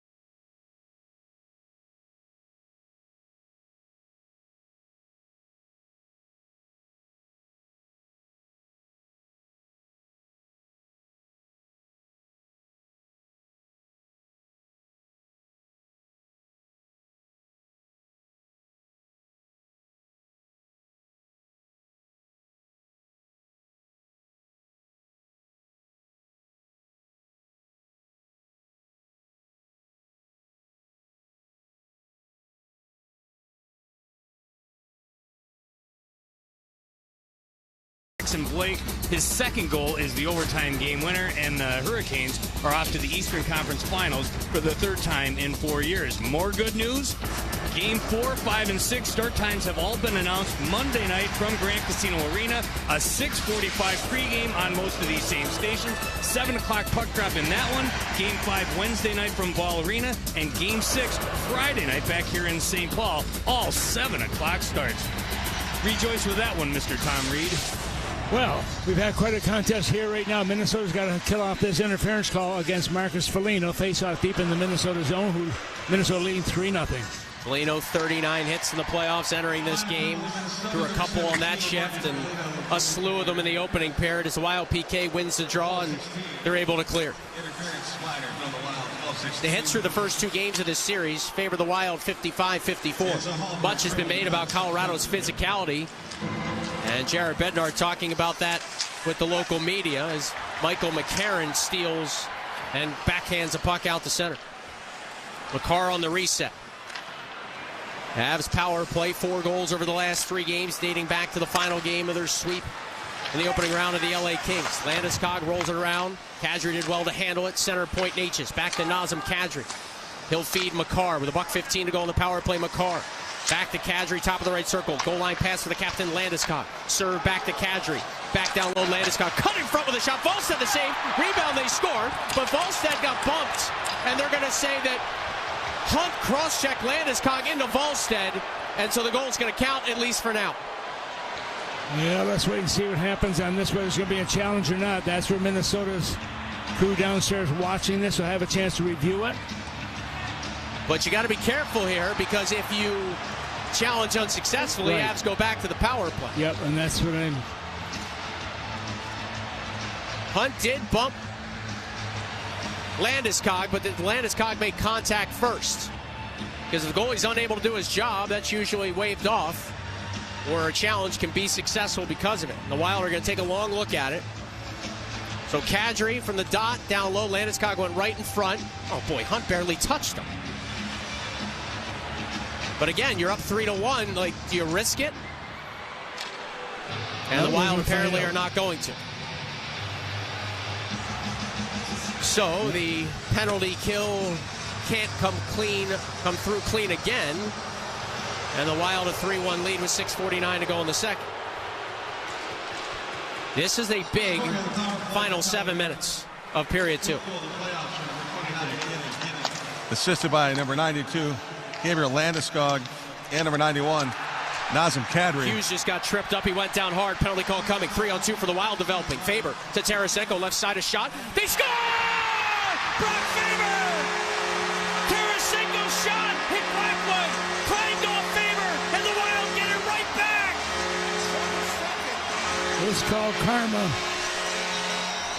And as a result of that, Minnesota's going to make it work. And Brock Faber, what a good game he is having once again. What a career he's had so far in his short career, but it's been a good one. Minnesota right now coming right back after they gave up the goal in McKinnon. That came at 13-11. This one comes at 13-31, 20 seconds later.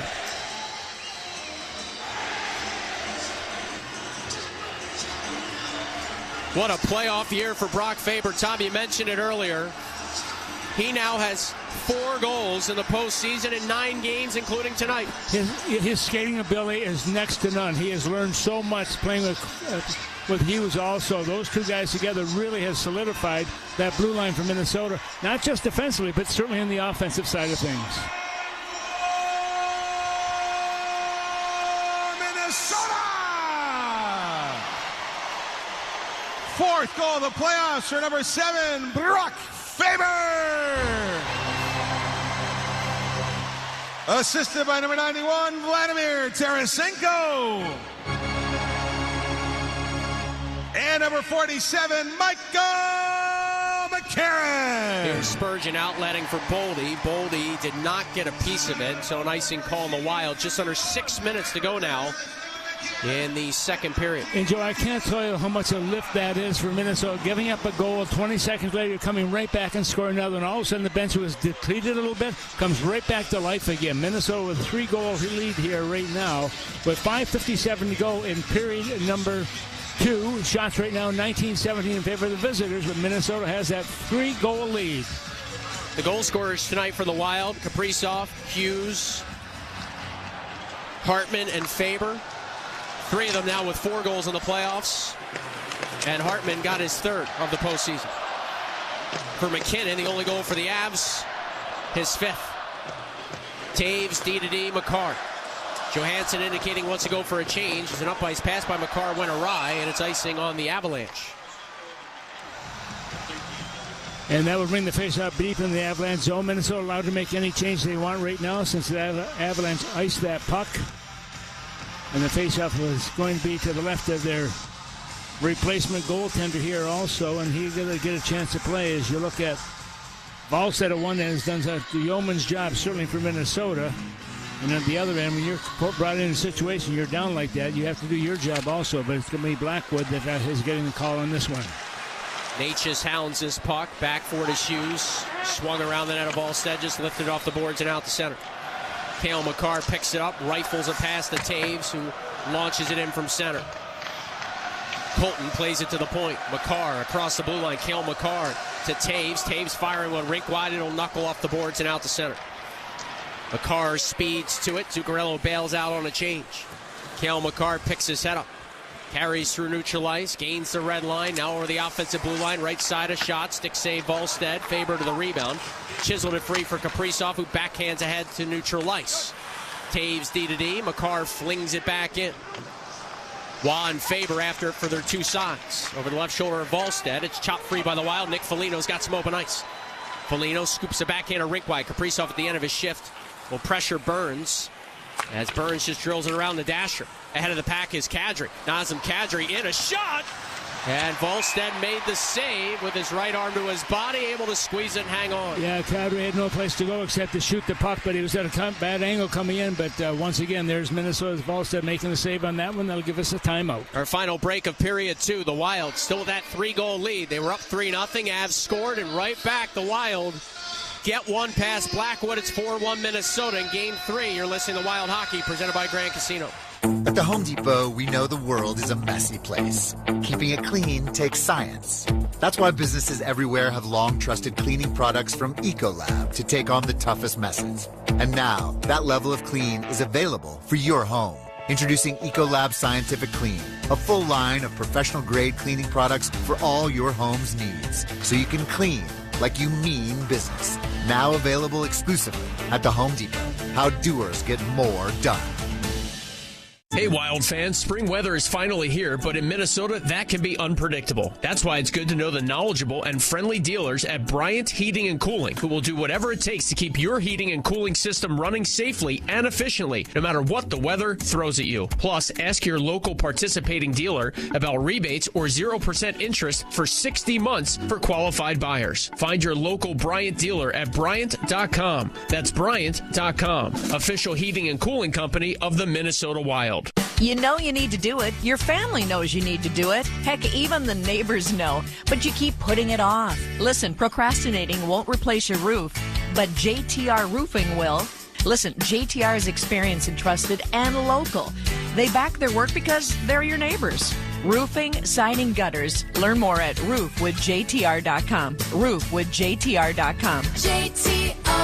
JTR, for quality roofing. JTR.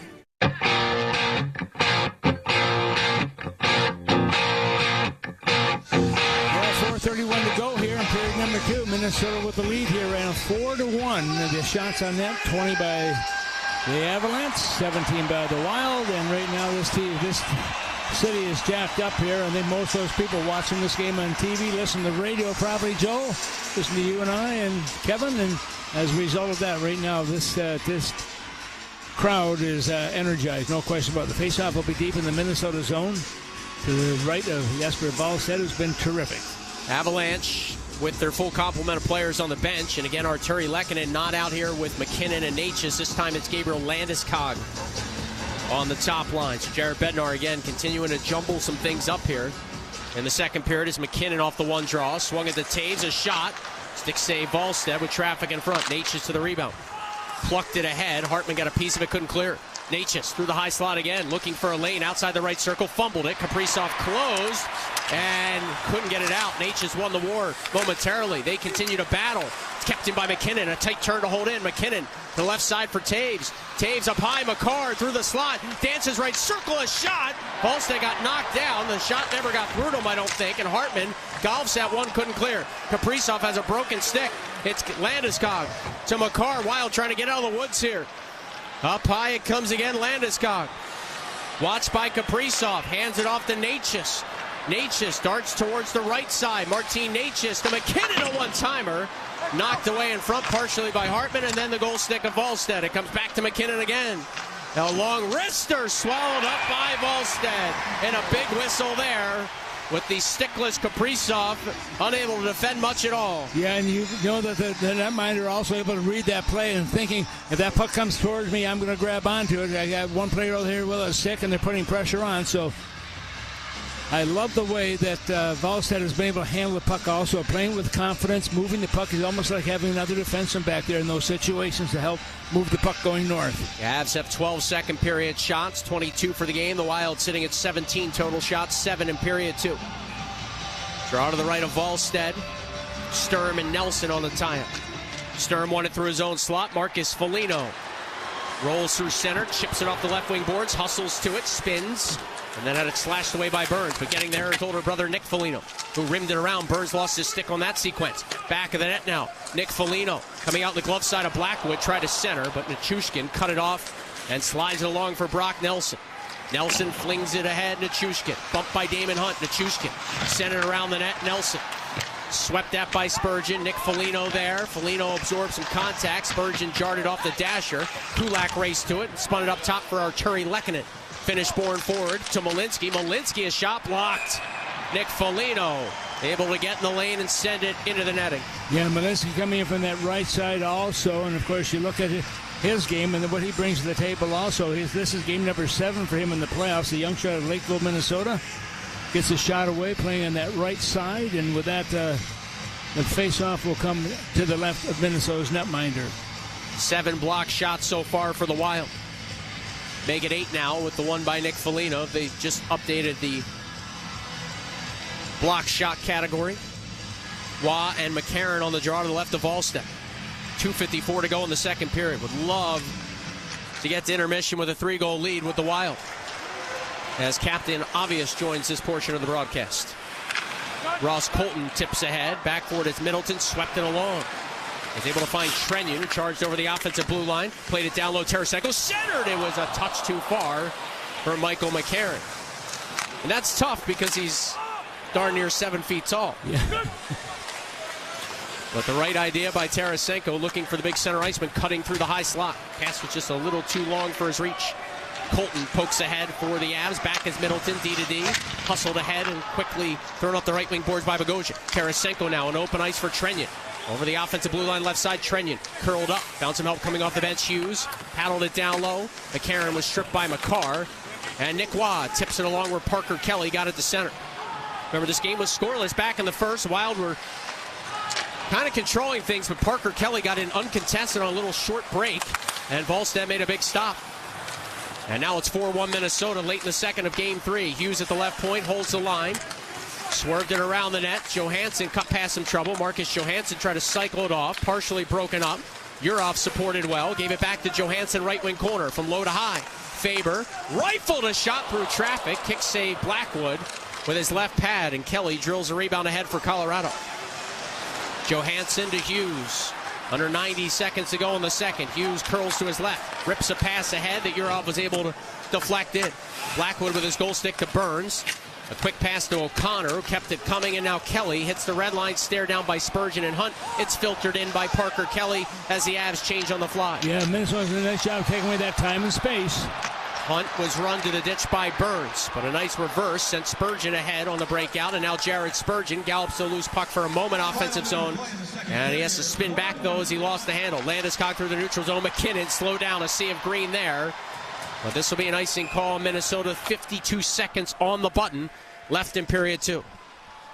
Well, good first period by Minnesota, good second period by Minnesota, and right now the face-off, as you mentioned, will be to the right of the Minnesota netminder. Jesper Valstead gets a well-deserved drink of water right now. Good team in front of him also is really paying attention to the detail, as the coach talks about all the time, how much the detail work really means with this hockey club, and they have played it the letters of the law. Hartman with 3 to his left, Damon Hunt to his right, Landeskog on the draw for the Avalanche. Draw to the right of Volstead. Hartman leans in, won it back, and they're going to reset and do the face-off again. Of course. We won the draw, that's why. Minnesota won the draw. By the way, through 2 games, the face-off's dead even. In game 1, the Wild won 63%. In game 2, the Avalanche won 63%. Do the math, the other side with 37 in each game. Hartman wins this draw. Kaprizov scoops softly ahead. No icing here. Back is Taves. Kaprizov stops in front of the net of Blackwood as Devon Taves settles it down. Natchez on the flyby. Took it from Taves and turned it over. Hartman trying to trickle it loose for Kaprizov. Just couldn't connect. McKinnon off the right wing boards. Gave it away. Kaprizov stole the puck. Kaprizov darted in. Got cross-check. Penalty call. Yeah, good call. McKinnon's going to go to the box, I believe, for cross-checking Kaprizov after McKinnon turned that puck over. This comes with 26.3 seconds remaining in the second period, and here's the call from the referee. Colorado penalty number 29. 2-minute minor. Cross-check-in. And that penalty at 19 minutes and 33 seconds. 2 power play goals on the night for Minnesota. Man advantage had been scuffling lately. First 2 goals in this series with the man advantage for Minnesota.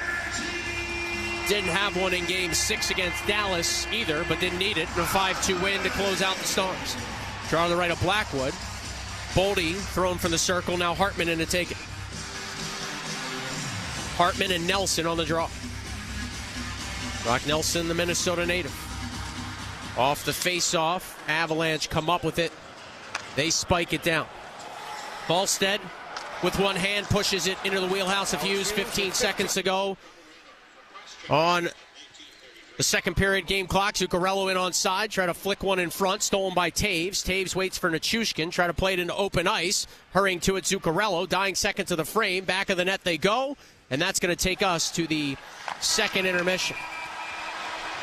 And a little pushing and shoving after the final horn in period 2. Hit on his lip. And we apologize for the TNT audio feed that is bleeding into our broadcast. It's also happening to the Avalanche on the radio side. It's out of our control. We're working on it. And if you hear Kenny Albert from time to time, as much as we love Kenny, we like you better. Your words, not mine. Through 40 minutes, the Wild have a 4-1 lead. And not a absolutely must-win like you're eliminated if you don't, but pretty much a must-win hockey game for the Wild against the top team in the regular season, and the Avalanche with 121 points and a 6-0 playoff record. Going down 3-0 to Colorado would be about as uphill as it gets. So, through 40, a good start in the first, followed up by a good second for Minnesota. They've got a 3-goal lead.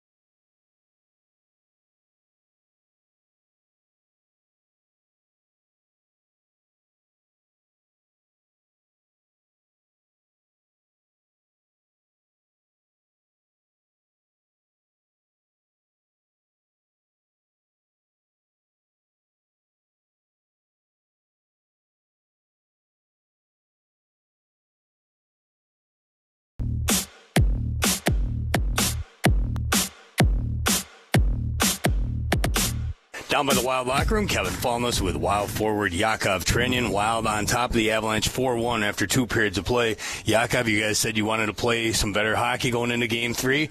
Mission accomplished. I know it's not done. You got the 3rd period left to play, but through 2 periods, I don't know that you guys could play much better. How have you seen it? Yeah, I think our forecheck working. We force them to make mistakes. We rush the play, throw the puck away, then we get possession, momentum.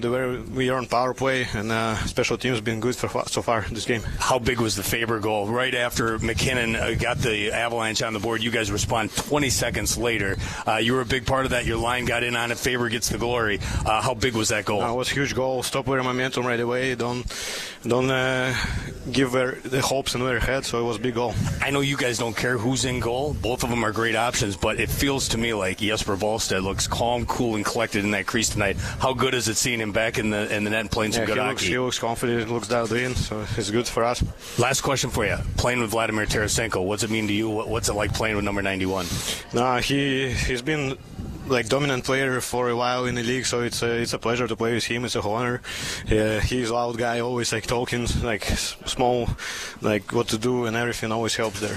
I said one more. You got a chance to play the body tonight. I know you guys love exacting your will, and that's especially you. That's your bread and butter. How much fun is it to get the body on someone and hearing the cheer from the fans? Yeah, it's very different compared to play away game. Now, every hit, they scream and give us momentum, give us energy to make another one. Great 2 periods. Go finish it off, all right? Thank you. There you go, big boy. Thank you. That is Yakov Trenyan down by the Wild locker room for joining us in the intermission. We owe him a gift certificate down to Tom Reed's Hockey City Pub. Yakov Trenyan through 2 periods, 5 hits delivered. One of the guys laying the lumber here as the Wild build up a 4-1 advantage. We'll take a break, and then when we continue, we got Tom Reed's hotline. Text us 64686. Your questions are next. You're listening to Wild Hockey presented by Grand Casino.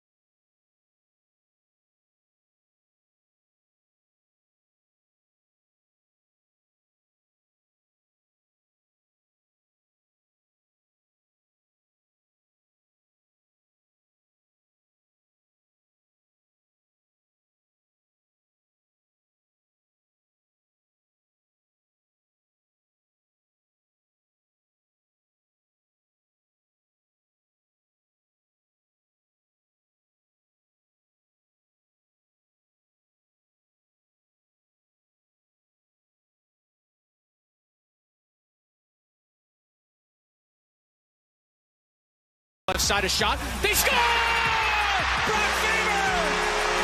Tarasenko shot hit Blackwood. Primed off Faber, and the Wild get it right back. McKinnon gets the Avalanche their first goal of the hockey game, but 20 seconds later, Brock Faber reconfirms that 3-goal cushion, his fourth of the playoffs. Wild lead the Avalanche 4-1 after 2 periods of play. Welcome to Tom Reed's Hotline. Text us 64686. You could win a gift certificate down to Tom Reed's Hockey City Pub. Tom Reed's up in the Al Shaver press box. To me, Tom, those other 3 goals were great and all, and they helped build that 3-goal cushion for the Wild. But that quick answer by Brock Faber right now through 2 periods, the play of the game. Yeah, and how many times have I talked about when you get a goal, when you give up a goal and you get a goal within the very few seconds after that goal. Anyway, it's a big lift for the team also, because you're sitting in the bench thinking, oh, here we go again. But it didn't happen because they got that goal 20 seconds later, as you called it. All of a sudden now the energy on that bench lifts up tremendously. Minnesota has had 40 minutes of good, solid hockey. They've taken away a lot of the time and space of the Avalanche. They're not giving the Avalanche really much of a chance to really set up. And as a result of that, when the Avalanche have had those shots, the goaltender's been right there. I mean, there's a lot of credit has to go to the guy between the pipes because he gives his team a lot of confidence. Yeah, and I said that to Yakov Trenin. I mean, I don't think they care if it's Gustafsson or if it's Wallstedt, but tonight, the way Wallstedt is playing, man, he just looks calm, cool, and collected. On the other end of the ice, Scott Wedgwood chased from the game after those first 3 goals. Yeah, and you wonder why they made the change. And I said to Joe, the fact that sometimes a goaltending change is made just to try to energize your team, and I think maybe that is exactly what Bedard was looking at. He was not looking so much at the goaltender as he was the team and how it was going to react to it. But I think Minnesota really stayed the course with what they had to do. All right, let's jump into these questions. We'll go to this one from Alex. He's in Texas. Says if he wins, he's giving the gift card to his grandma. So good luck, Grandma. Good luck, Alex. He says the energy in this one feels way different tonight for Minnesota. Do you just chalk that up to the home ice advantage and the crowd behind them, or what's leading to this Wild, really good start through 40 minutes? I think the fact they've had some rest. They've had a few games off, and the coaching staff has given them that time off. And when they've had to work on the ice, they've worked on their specialty teams. I mean, it's been very energized at Tree Arena. We are over there. We look at the rink. We've watched those guys work out. But I think the rest really has certainly given Minnesota a chance to, get back into the mix that they're looking for and getting that opportunity to give 100% on the ice. From the 641 area code, Tom, how about that Kirill Kaprizov doing what he does best, contributes in every area of the ice, especially here in Game 3. The 641 area code says he's so sick of so-called fans saying that Kirill Kaprizov is overpaid. Hashtag eat crow. How about Kirill Kaprizov these playoffs, Tom, and tonight especially? Yeah, it was a goal and 2 assists here tonight. He's been a +2 in the evening. He's played over 14 minutes. He's had 3 of 6 shots that made their way to the net, and he just does what he has to do. He's also blocked a shot, and we're not asking him to be a shot blocker. We want him getting those points in the top end of things, but he's a star player. There's no question about it. And when you're a player, you're not thinking about how much money you're making and so on when you're on the ice. You're thinking about you compete to win, and that compete factor certainly is evident in all of the Minnesota Wild players tonight. Definitely energized. From the 507 area code, Tom, what's the noise level like for you and Joe when calling a game like this? I know you guys have full headsets on, but is it difficult to hear each other when the crowd is roaring? Yeah, of course it is, and we love it. We love the fact that we can, just looking the expression on our faces is that we look at each other after a goal is scored is joyous, and when they don't score and give up something, it's not that happy. But between up here in the broadcast booth, but I will tell you, it's fun to be in a situation like this. Everyone, and there was a story in the Denver paper a couple of days ago how bad the Wild were, and they're done after Minnesota lost both games in Denver. The writers talking about these guys are finished. They're done like toast, and so on, and really cut down the team. And I'm sure a lot of the guys may have seen that article, although a lot of the guys don't even read the papers anymore because they're afraid that it's going to make them angry. But I read it, and it was not a nice article. I thought it was very derogatory on the part of the guy making those comments. Sounds like Mike Haynes and Norm Jones back in 2003. They're wondering where they're going to go in the second round when they led that series 3-1. Yeah. Back come the Minnesota Wild, and they end up getting them in 7 games. I remember game number 7 also. I listened to the radio broadcast team talking about where they're going to go when they go on the road. We're going to go for dinner. I said, guys, you haven't won yet. Oh, yeah, we're going to win. This is home game. Well, when I looked over it, when when Bruno scored that game-winning goal. Yeah. And they wouldn't even look at me. I was waving. I was trying everything. Nothing. Yeah, So, I anyway. bet. All right, Tom, that'll do it for now. We'll talk to you here shortly. Thank you, Kevin. Tom Reed in the Al Shaver Press Box. Someone's going to get a text message, and with it will come a gift certificate down to Tom Reed's Hockey City Pub. They're hooting and hollering all up and down West 7th, including at Tom Reed's Hockey City Pub, because the Wild lead the Avalanche 4-1 after 2 periods of play. Let's pause 10 seconds for station identification. You're listening to Wild Hockey, presented by Grand Casino.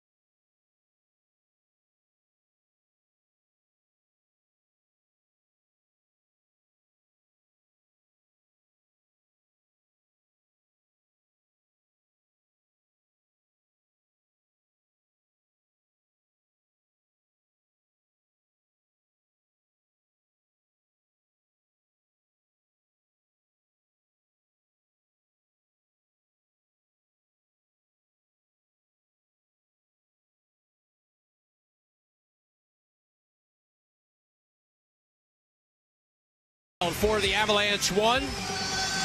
Minnesota trails the best of 7, 2 games to none. Joe O'Donnell, Tom Reed back here with you. Pretty good first 40 minutes, Tom. Not a lot to be displeased about if you're a Wild fan. How do they keep it rolling in the third? Yeah, just it's quite the same way. And I'm sure in that dressing room coming out of that locker room for Minnesota, they're all jacked up here right now. They've got a nice lead here.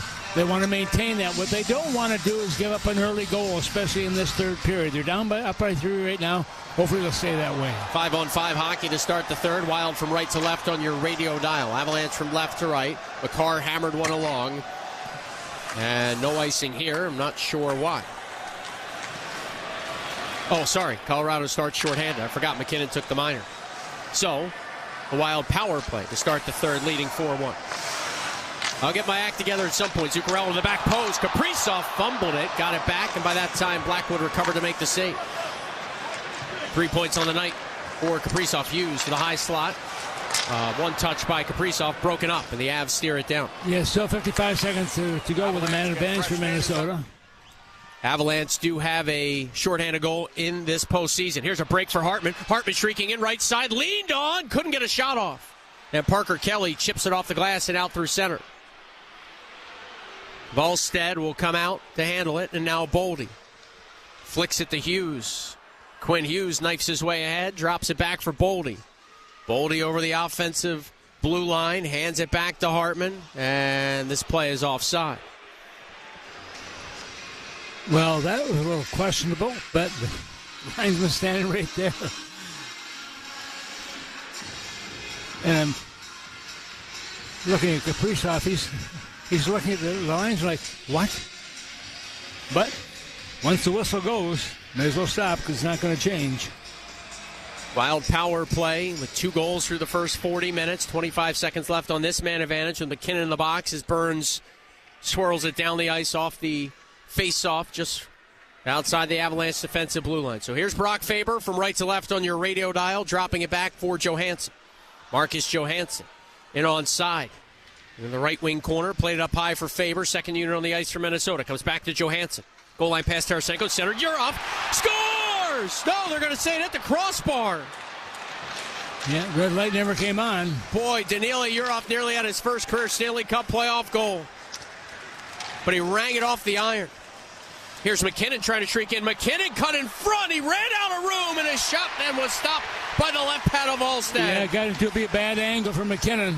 Yurov dug a puck free. Sent it in open ice. A breakaway for Vladimir Tarasenko. Stopped by Blackwood as he tried to go 5-hole.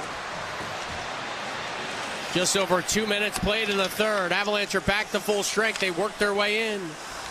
Natchez up high to McCarr. Long shot into the belly of Volstead. Remember, those chances by the Wild in particular, should the Avalanche find some success in Game 3.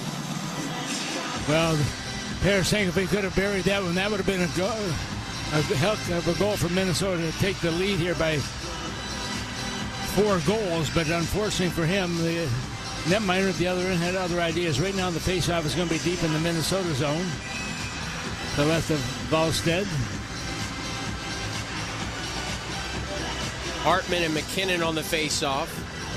McKinnon flanked by Landeskog and Natchez. Puck one back to McCarr. Now Natchez outside the left circle. Got it to Taves for a one-timer. Caught the glass, came off the end wall. We're a swat at it there, handled by Volstead up against the post to his right. McKinnon protects the puck. Got it to Landeskog. His shot was blocked by Faber, and Zuccarello got dumped by Natchez, but was able to roll it ahead. No icing.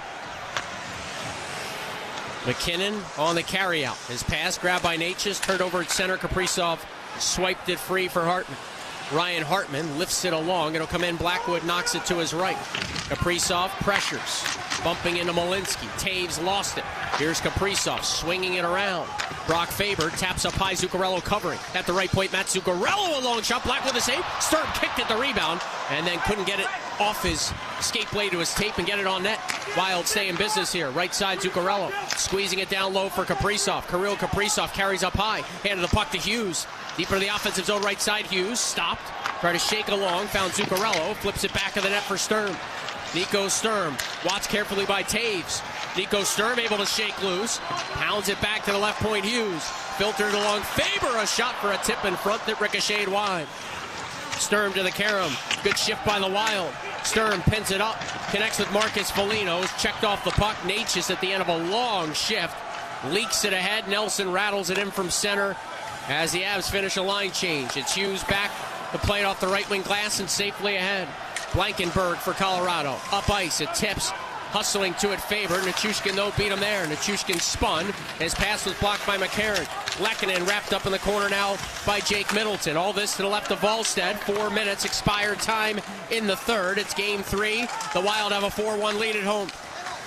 Game 4 is Monday night, 7 o'clock Central Time. Kadri steals deep in Minnesota ice. Flipped it up high, Blankenberg, D-to-D. The veteran Brent Burns, a long shot tip, punched away by Volstead on that redirect in front. Kadri now for Colorado. Serves it around the Wild end wall. Lehkonen kept it coming. A shot was blocked. Nichushkin got to it. Couldn't get a second chance free. Desperation by the Wild defensively, and Marcus Foligno chops the center. And watch it right now. Colorado trying to be a little more physical here in the third period. Blankenberg, a right wing pass. Nick Weil, full head of steam. Over the Wild blue line. Found a man right side. Ross Coltney overskated. And Danila Yurov paddles to neutral ice. Makar picks it up, immediately spins to go north from the red line, able to rim it in. Back is Bogosian, a jarred around his end glass. Left wing side, in the Wild's defensive perspective. Yurov tied up his man. Boldy dug it loose. Sends it back to Hunt. A quick pass right side, Bogosian. Carries the Wild ahead and sends it in from the neutral zone. Boldy, the first man there on the forecheck. Hounded by Waugh. Back of the net, a pass for Marcus Johansson exploded away. Brett Kulak for the Avalanche defense out to his left. Got it to center. Bogosian picked Ross Colton's pocket, and he'll send Johansson back in onside. A drop pass for Hughes, left circle, a shot that rose up and out of play. Good quick release by Hughes, also coming down that left side there. Takes a wrist shot, but it deflects into the netting, and they'll get the stoppage of play, and the face-off will stay deep in the Colorado zone. Shots right now 24-21 in favor of the visitors, but they are trailing 4-1 in this hockey game here in the third period. The Wild won Game 4 and Game 6 against the Stars, both on home ice. So consecutive wins at home this playoff year for the Wild. The last time they won back-to-back home playoff games in the same playoff year, 2014. Wow. When they won 5 straight, including 3 against the Avalanche. In that series we spoke about earlier where the Wild trailed 2-0, came home, evened it up, eventually won in 7. Faber, a wrister off the draw, paddled away by Blackwood. Kaprizov to the rebound. Cuts around the net of Mackenzie Blackwood. Kaprizov shakes away for a moment from Taves. Spins back in the left wing corner. Kirill Kaprizov protecting this puck. Mohawking back down low. Taves sent him down to the ice. Kaprizov gets back up. Somehow maintained puck possession and was able to sneak it loose for Hartman. Hartman behind the cage. Banked it up top. Faber. A hurried shot. Tip. Blackwood the save. And he's on top of it. Boy, quick release also by Faber on that right point position. Kick the pass there and just right on the net also. And getting those shots right to the net, you're looking for a tipping, you're looking for a rebound. Minnesota is not letting up here early on in the third period. Tom, we talk so much about Kaprizov. What separates him from some of the other elite players he's compared to? It's that type of sequence where he's just hounds the puck, will not give it up, and eventually makes a play out of that. Yeah, absolutely, and he's one of the stars of the game. There's a reason he gets big contracts also, because he produces, and that's what you're looking for. And you look at a guy like Quinn Hughes also, what he brings to the table. This team right now is playing as a team, and it's fun to watch it. Minnesota really seems to be winning in all the different categories right now. McCarron and Nelson on the face-off. Brock Nelson, just 2 playoff goals and an Avalanche sweater in 13 games prior to this one. Last year's playoffs, which ended in a 7-game loss to the Stars, in the contest he's played here in 2026. He had 33 goals in the regular season. Nelson here looking for Lehkonen. His chance batted away by Hughes in tight. Right wing corner McCarron used the ice beneath them to get away from immediate trouble. Now near the goal line to the right of Volstead, the two teams battle for it. Nichushkin emerged, lofted it up top. Burns a long shot, gloved and held by Volstead, and we've got a timeout on the ice. Some rough stuff here between Nichushkin and McCarron after the whistle. Officials separate them. It's a 3-goal lead for the Wild with 13:41 to go in regulation. 4-1 Minnesota in front in Game 3. Here on home ice, you're listening to Wild Hockey, presented by Grand Casino.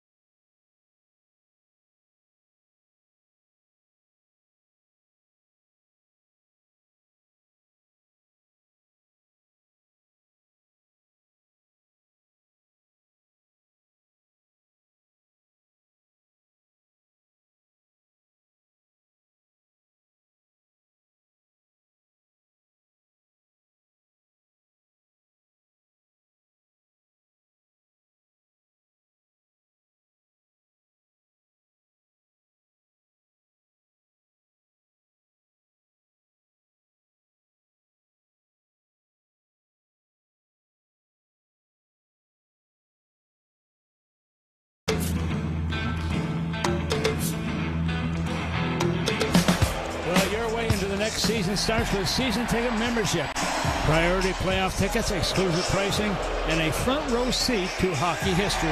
Become a season ticket member today at wild.com/forever. Right now, the face-off deep in the Minnesota zone to the right of Jesper Wallstedt, who's been a strength for Minnesota, as the entire team has been against Colorado in game number 3. Colorado lead the series 2-0 coming into this one, but they've had a fight on their hands, certainly, in the first game here in St. Paul in this contest. Landeskog got the draw back to Taves. 6-game point streak now for Landeskog, including his assist on the McKinnon power play goal back in the second. McKinnon centered. Kaprizov cut it off, spiked it into open ice, and boy, Zuccarello was hoping for it. It was swept away. Here is Kaprizov now stepping in onside. Kaprizov protects the puck right wing wall, spun, lost it for a moment, but the Wild slash it back down low. Landeskog. Gabriel Landeskog feeds it left wing side. Taves to Natchez. Natchez for Jack Drury, part of the Mikko Rantanen trade last year. Drury peels it to the point. Makar works his way in, tried to center, chiseled away by the Wild. Zuccarello couldn't get it out. Brock Faber right side, absorbed a check. Danila Yurov there to pick up the loose puck and pound it out to center. Boy, the Avs look like they had too many men on the ice there. Back in onside they come. Parker Kelly's long wrister, punched away by Wallstedt. It's played to the point now. Burns a hurried shot. That tipped wide. Tarasenko, right wing corner, steers it ahead. Trenyon bumped into Kelly. Kelly forced it to Drury. Bounces right back to Parker Kelly. Side angle shot knocked away by Wallstedt up against the post to his right. 12.5 minutes to go in the third. Burns at the right point. A long drive. Blocked by Trenyon. Galloping to it, Spurgeon. Sent it off the dasher. Wild here struggling to get a whistle or a clear. It's a long drive by Drury. Fended away by Wallstedt. Avalanche back on it again. Malinsky sent it behind the Wild net. Hunt lobbed it free, and a tip by Tarasenko finds Trenyon, who cuts through neutral ice, bursts ahead. Yakov Trenyon with the Wild changing, just takes the puck back out to the neutral zone and finds Jake Middleton. Yeah, good defensive play by Trenyon. Middleton up ice. Nico Sturm got a chunk of it. It's fired back by the Avs. Middleton able to swing it along. Zach Bogosian angled it ahead. Sturm muscles his way past some trouble for a moment. Marcus Foligno follows it up. A puck battle by the Avalanche bench just inside the offensive blue line. Nick Foligno emerged. Sent one to Marcus Foligno in tight for a shot. And his younger brother misfired in tight. Blankenberg the other way for Colorado. Bounced it off the dasher. Ricochets around. Sturm picks it up. Twists to his left. Slaps it to Marcus Foligno. Blankenberg took a run at him. Nick Waugh gave it away at center then for Colorado as they had it momentarily. And now it's the Foligno brothers to connect on a rink-wide pass where Nick will steer it down low. McCarron try to run Blankenberg. Marcus Foligno finished his hit. To the loose puck is Boldy. Boldy spins left wing side, fresh off the bench. He got it to Hughes. Hughes to Faber, works in right side and flipped it back of the net. Charging to it is Hughes. Shifted away from the pressure of Waugh and rolled it back down behind the cage for McCarron. McCarron's got a helper in this game. He'll find Boldy. Boldy dancing to the glove side of Blackwood. Matt Boldy works it up high. Hughes. Hughes with a shot blocked down in front. A loose stick on the ice is that of Brett Kulak, the Avalanche defenseman, as the Wild keep in with Boldy. Flipping it along for Hughes. Good shift by the Wild, spending some zone time. Hughes rimmed it around the cage. McCarron gobbles it up. Twisted it to Boldy. Boldy back to McCarron. Once more Boldy. Pounded to the point for Hughes. Right through the high slot. Found Faber, right circle. Faber, a sharp angle try. Hit the outside of the net. Faber to his own rebound. Now to Marcus Johansson. Avalanche with some tired players out here as the Wild change and maintain puck possession. Boldy still out there. Dances with it right wing side. Connected with Hartman. Hartman has Johansson going to the back post. He ricocheted one in front. It bounced around. Johansson to Faber. He'll toss it off left side. Kaprizov able to join this rush and get hogtied by Nelson. Kaprizov won the battle for a moment. Nick Waugh finally safely through center ice as the Avs trying to race off on a change. Yeah, right back in come the Wild. Sorry, Tom. Yeah, Joe, Minnesota winning all those little battles right now. Around the boards, on the ice. Shot by Hunt, hammered wide. Pinching to it, Zuccarello. It's shipped past him. Hunt able to step in and keep the Wild alive for a moment. Finally, Landeskog with 9:40 to go. That was a long shift in the offensive zone. Here's Makar darting in. Cale Makar around the net of Wallstedt. Coming out left circle. Took a shot. Blocked in front by Hunt, who gets a quick little pat from Zuccarello, and then Wallstedt, as the young netminer jumped on top of that trickling puck as Hunt sacrificed and kept Makar from a scoring chance. Yeah, he sure did. And right now he's just walking down in the runway there just a little bit. He took that shot. He's going to walk it off a little bit right now. But what a nice game by Hunt. I'm glad that he's able to walk it off, but I hope he comes back. Yep. I don't like when those guys go down the tunnel after a shot block. The Wild, that's bad luck in the playoffs so far. 9:29 to go. It's Game 3. The Wild 4, the Avalanche 1. Back after this, you're listening to Wild Hockey, presented by Grand Casino.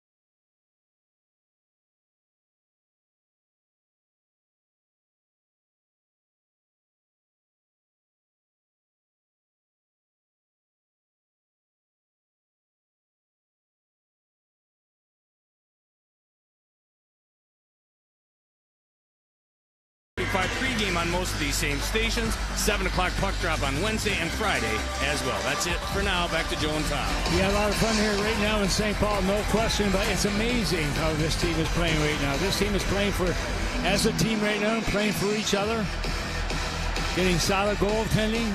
The confidence is there and has not missed a beat yet.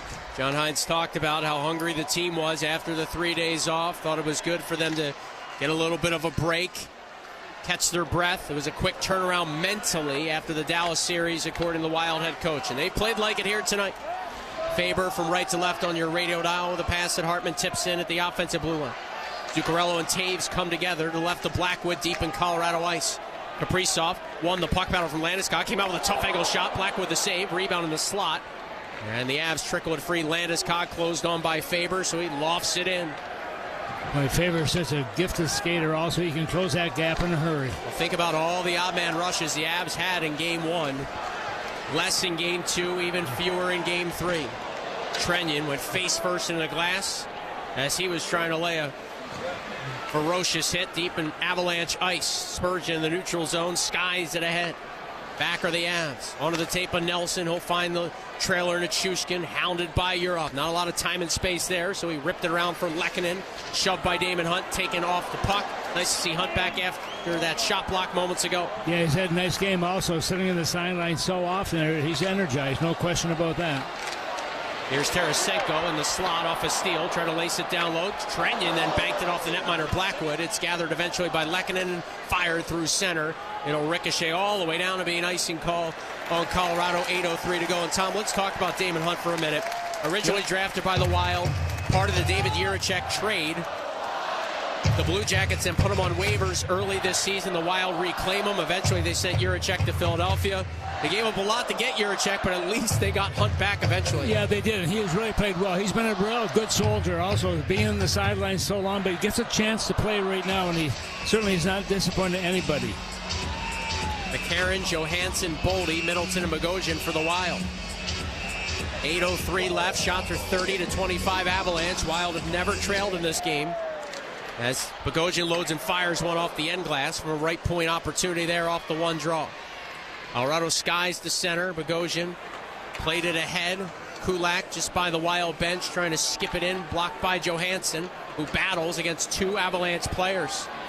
There's been a lot of that in this hockey game, Tom. These puck battles, the extra efforts by Minnesota skaters. Yeah, that's what I said a little bit earlier. Also, the compete factors here, but also the battles. Minnesota's winning all those battles and certainly has had better possession of the puck in this game than the Avalanche have had. Sam Malinsky skates up ice. Marcus Foligno took a run at him as Hunt blistered it around his end boards. Coming up with it for a moment, but losing the handle was Kadri, and Marcus Foligno steers at the center where Nico Sturm hits the red line, checked by Ross Colton, able to chisel it in. Back is Brent Burns. Burns sent it around the boards. Nico Sturm cut it off for a moment. Now Sturm back of the net. Out of the Avalanche zone. Sturm hands it to the point. Spurgeon a right circle shot blocked by Kadri. He'll skate to it left side. Marcus Foligno hammered into him as it's sent to center. Hunt quickly ahead. Nick Foligno jars it in. Blackwood out. And now Malinsky hit by Marcus Foligno. Snapped around the board. Turned over. A quick shot by Urov was blocked. Off that giveaway on the forecheck. Brock Faber holds the blue line. Wild getting some fresh bodies out. Faber skates across the stripe. Activates left wing side. Flipped it back up top for Hughes. Hughes watched by Nick Waugh. Hughes cut past Waugh. Left circle. He's in alone. Threw one to the back post. And Urov jammed it wide and tight. Under 6.5 to go in regulation. Urov, who's had so many good scoring chances in this postseason. He'll work it up high for Faber. Faber a wrister, and that's blockered away by Blackwood. Tarasenko to the rebound. Boy, the Wild simply tiring out the Avs here in the third. Colorado chips ahead. Waugh to Parker Kelly. Late help coming. Jack Drury off the rush. Cut through the slot. His chance tipped out of play. Joey, look at the shots right now. Shots are 34-15 in favor of Minnesota. Minnesota's come to play a physical game, and they've done exactly that. 5:50. Well, the clock's running here, which is a good thing for the Wild. They haven't halted it yet. I don't know when they're going to stop it. 5:42, 5:41. Keep it running. We'll be at Tom Reed's Hockey City Pub in no time. They'll fix it, I'm sure. Just under 6 minutes left. Our final timeout of the third. The Wild 4, the Avalanche 1. Running clock like a youth hockey game. And it's still running. We're back after this. You're listening to Wild Hockey presented by Grand Casino. When it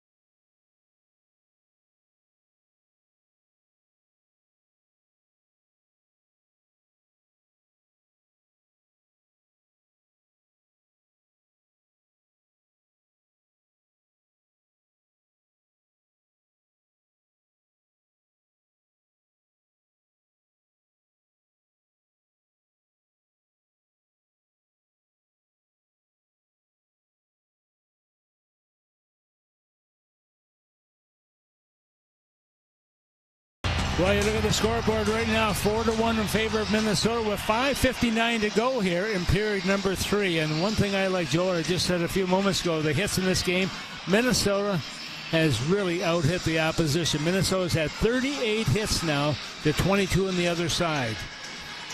One of the writers in Denver wrote a scathing article about the Wild the other day. Said this series is done after 2 games. You can pack your bags and go home. They have nothing with that team. They're weak. Nice article. Way to go, guy.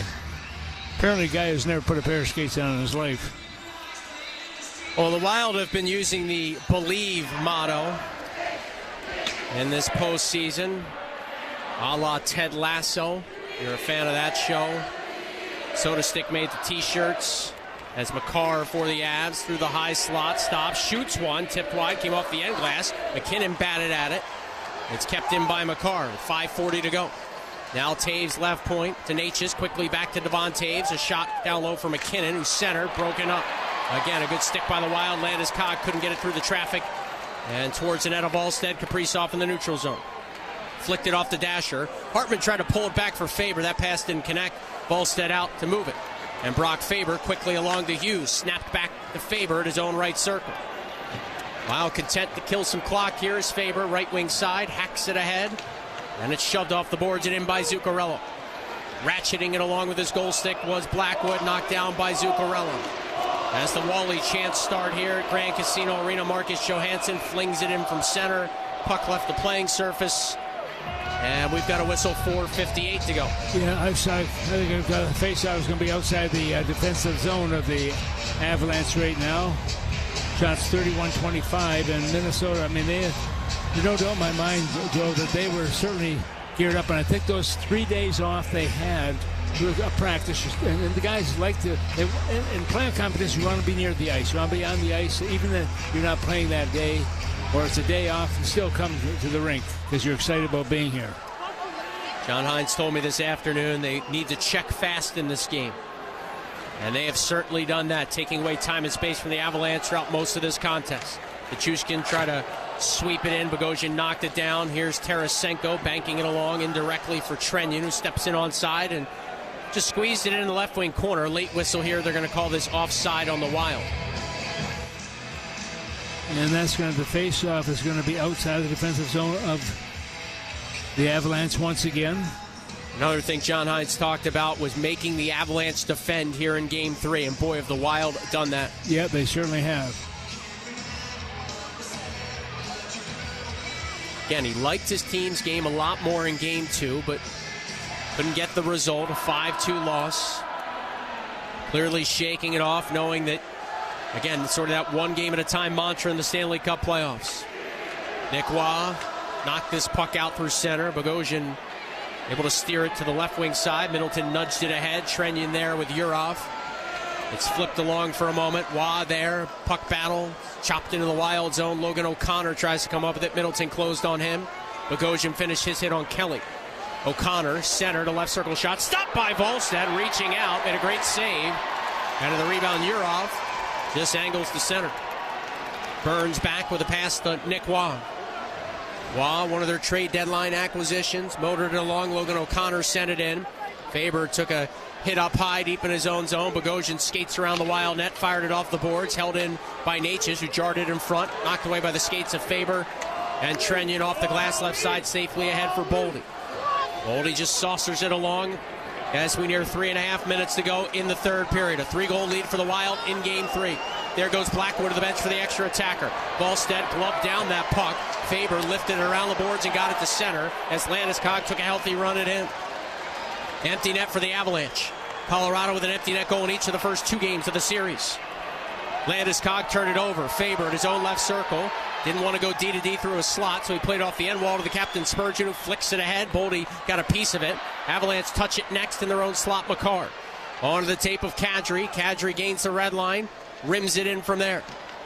Picking it up, Kaprizov right side, wristing one of the empty net. He's going to miss by several feet.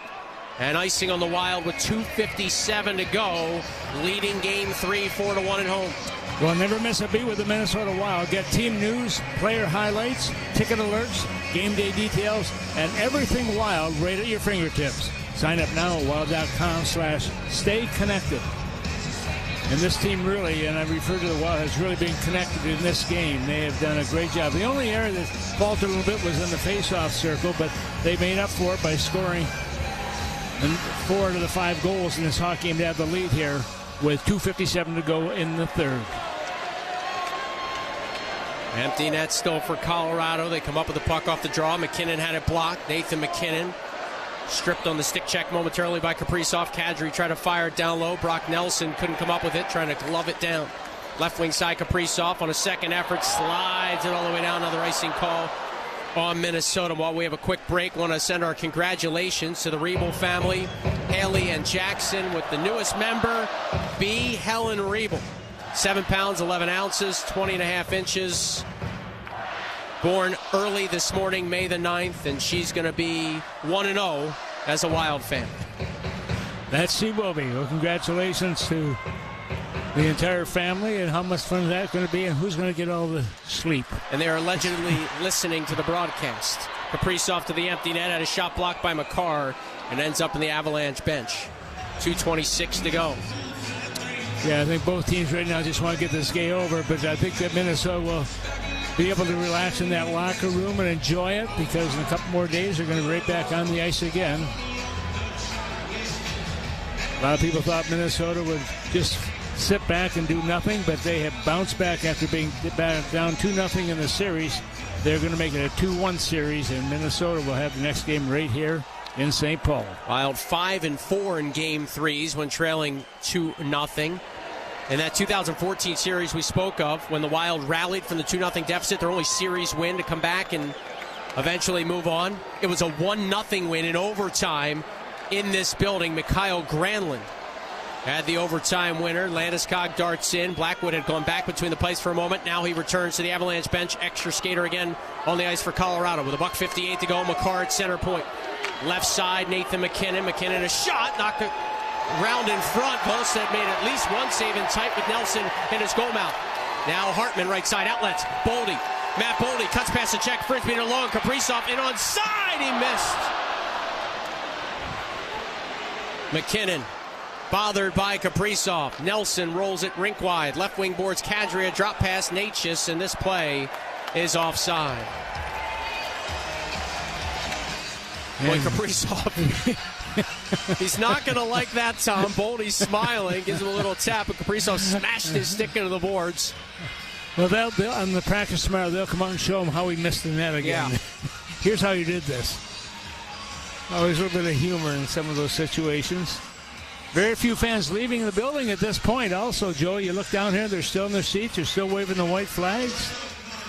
And they're not in surrender, believe me. I heard downtown St. Paul is a bit of a zoo right now, so I don't know where they're going to go if they do leave early. I got a couple right places. Into more chaos.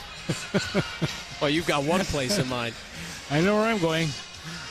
92 seconds left. We know Game 4 is Monday, and we know this much now. Barring a miracle from the Avalanche, we're going to have a Game 5 Wednesday back in Denver no matter what happens Monday night. Well, one destination for everything playoffs, tickets, game day information, series updates, and much more all at your fingertips. Visit wild.com/playoffs, and that's where we are right now in the playoffs. And face-off is going to take place here. Well, the officials having a little talk also at the same time, but face-off will be in front of the Minnesota bench.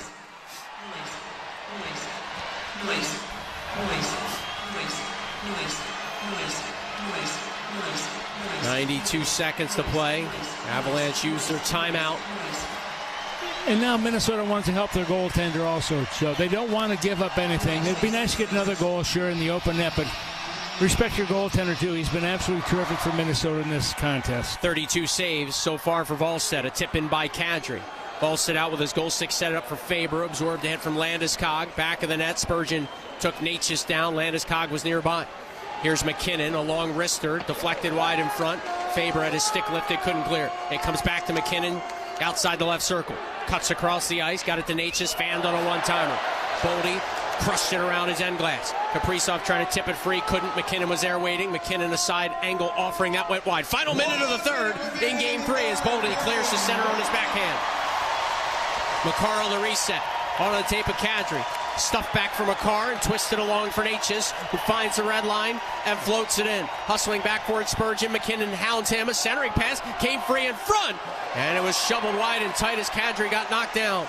MacKinnon stays on it, left wing corner. Up high it comes Natchez with a sea of traffic around Volstead. Worked it to MacKinnon, who tried to slap it to the slot. Partially broken up by the Wild. MacKinnon's got it again. To the point, Makar. 27 seconds left in Game 3. Makar shot blocked by Kaprizov. Not cleared, though, by Hartman. It's held in. Left circle. A shot by Natchez. Fought off by Volstead. He got the rebound from Kadri as well. Makar down the left side. A drive.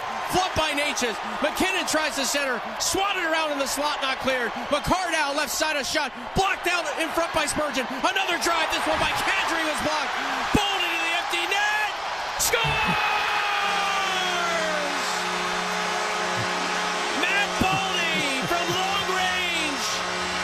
Absolute chaos in the Wild zone.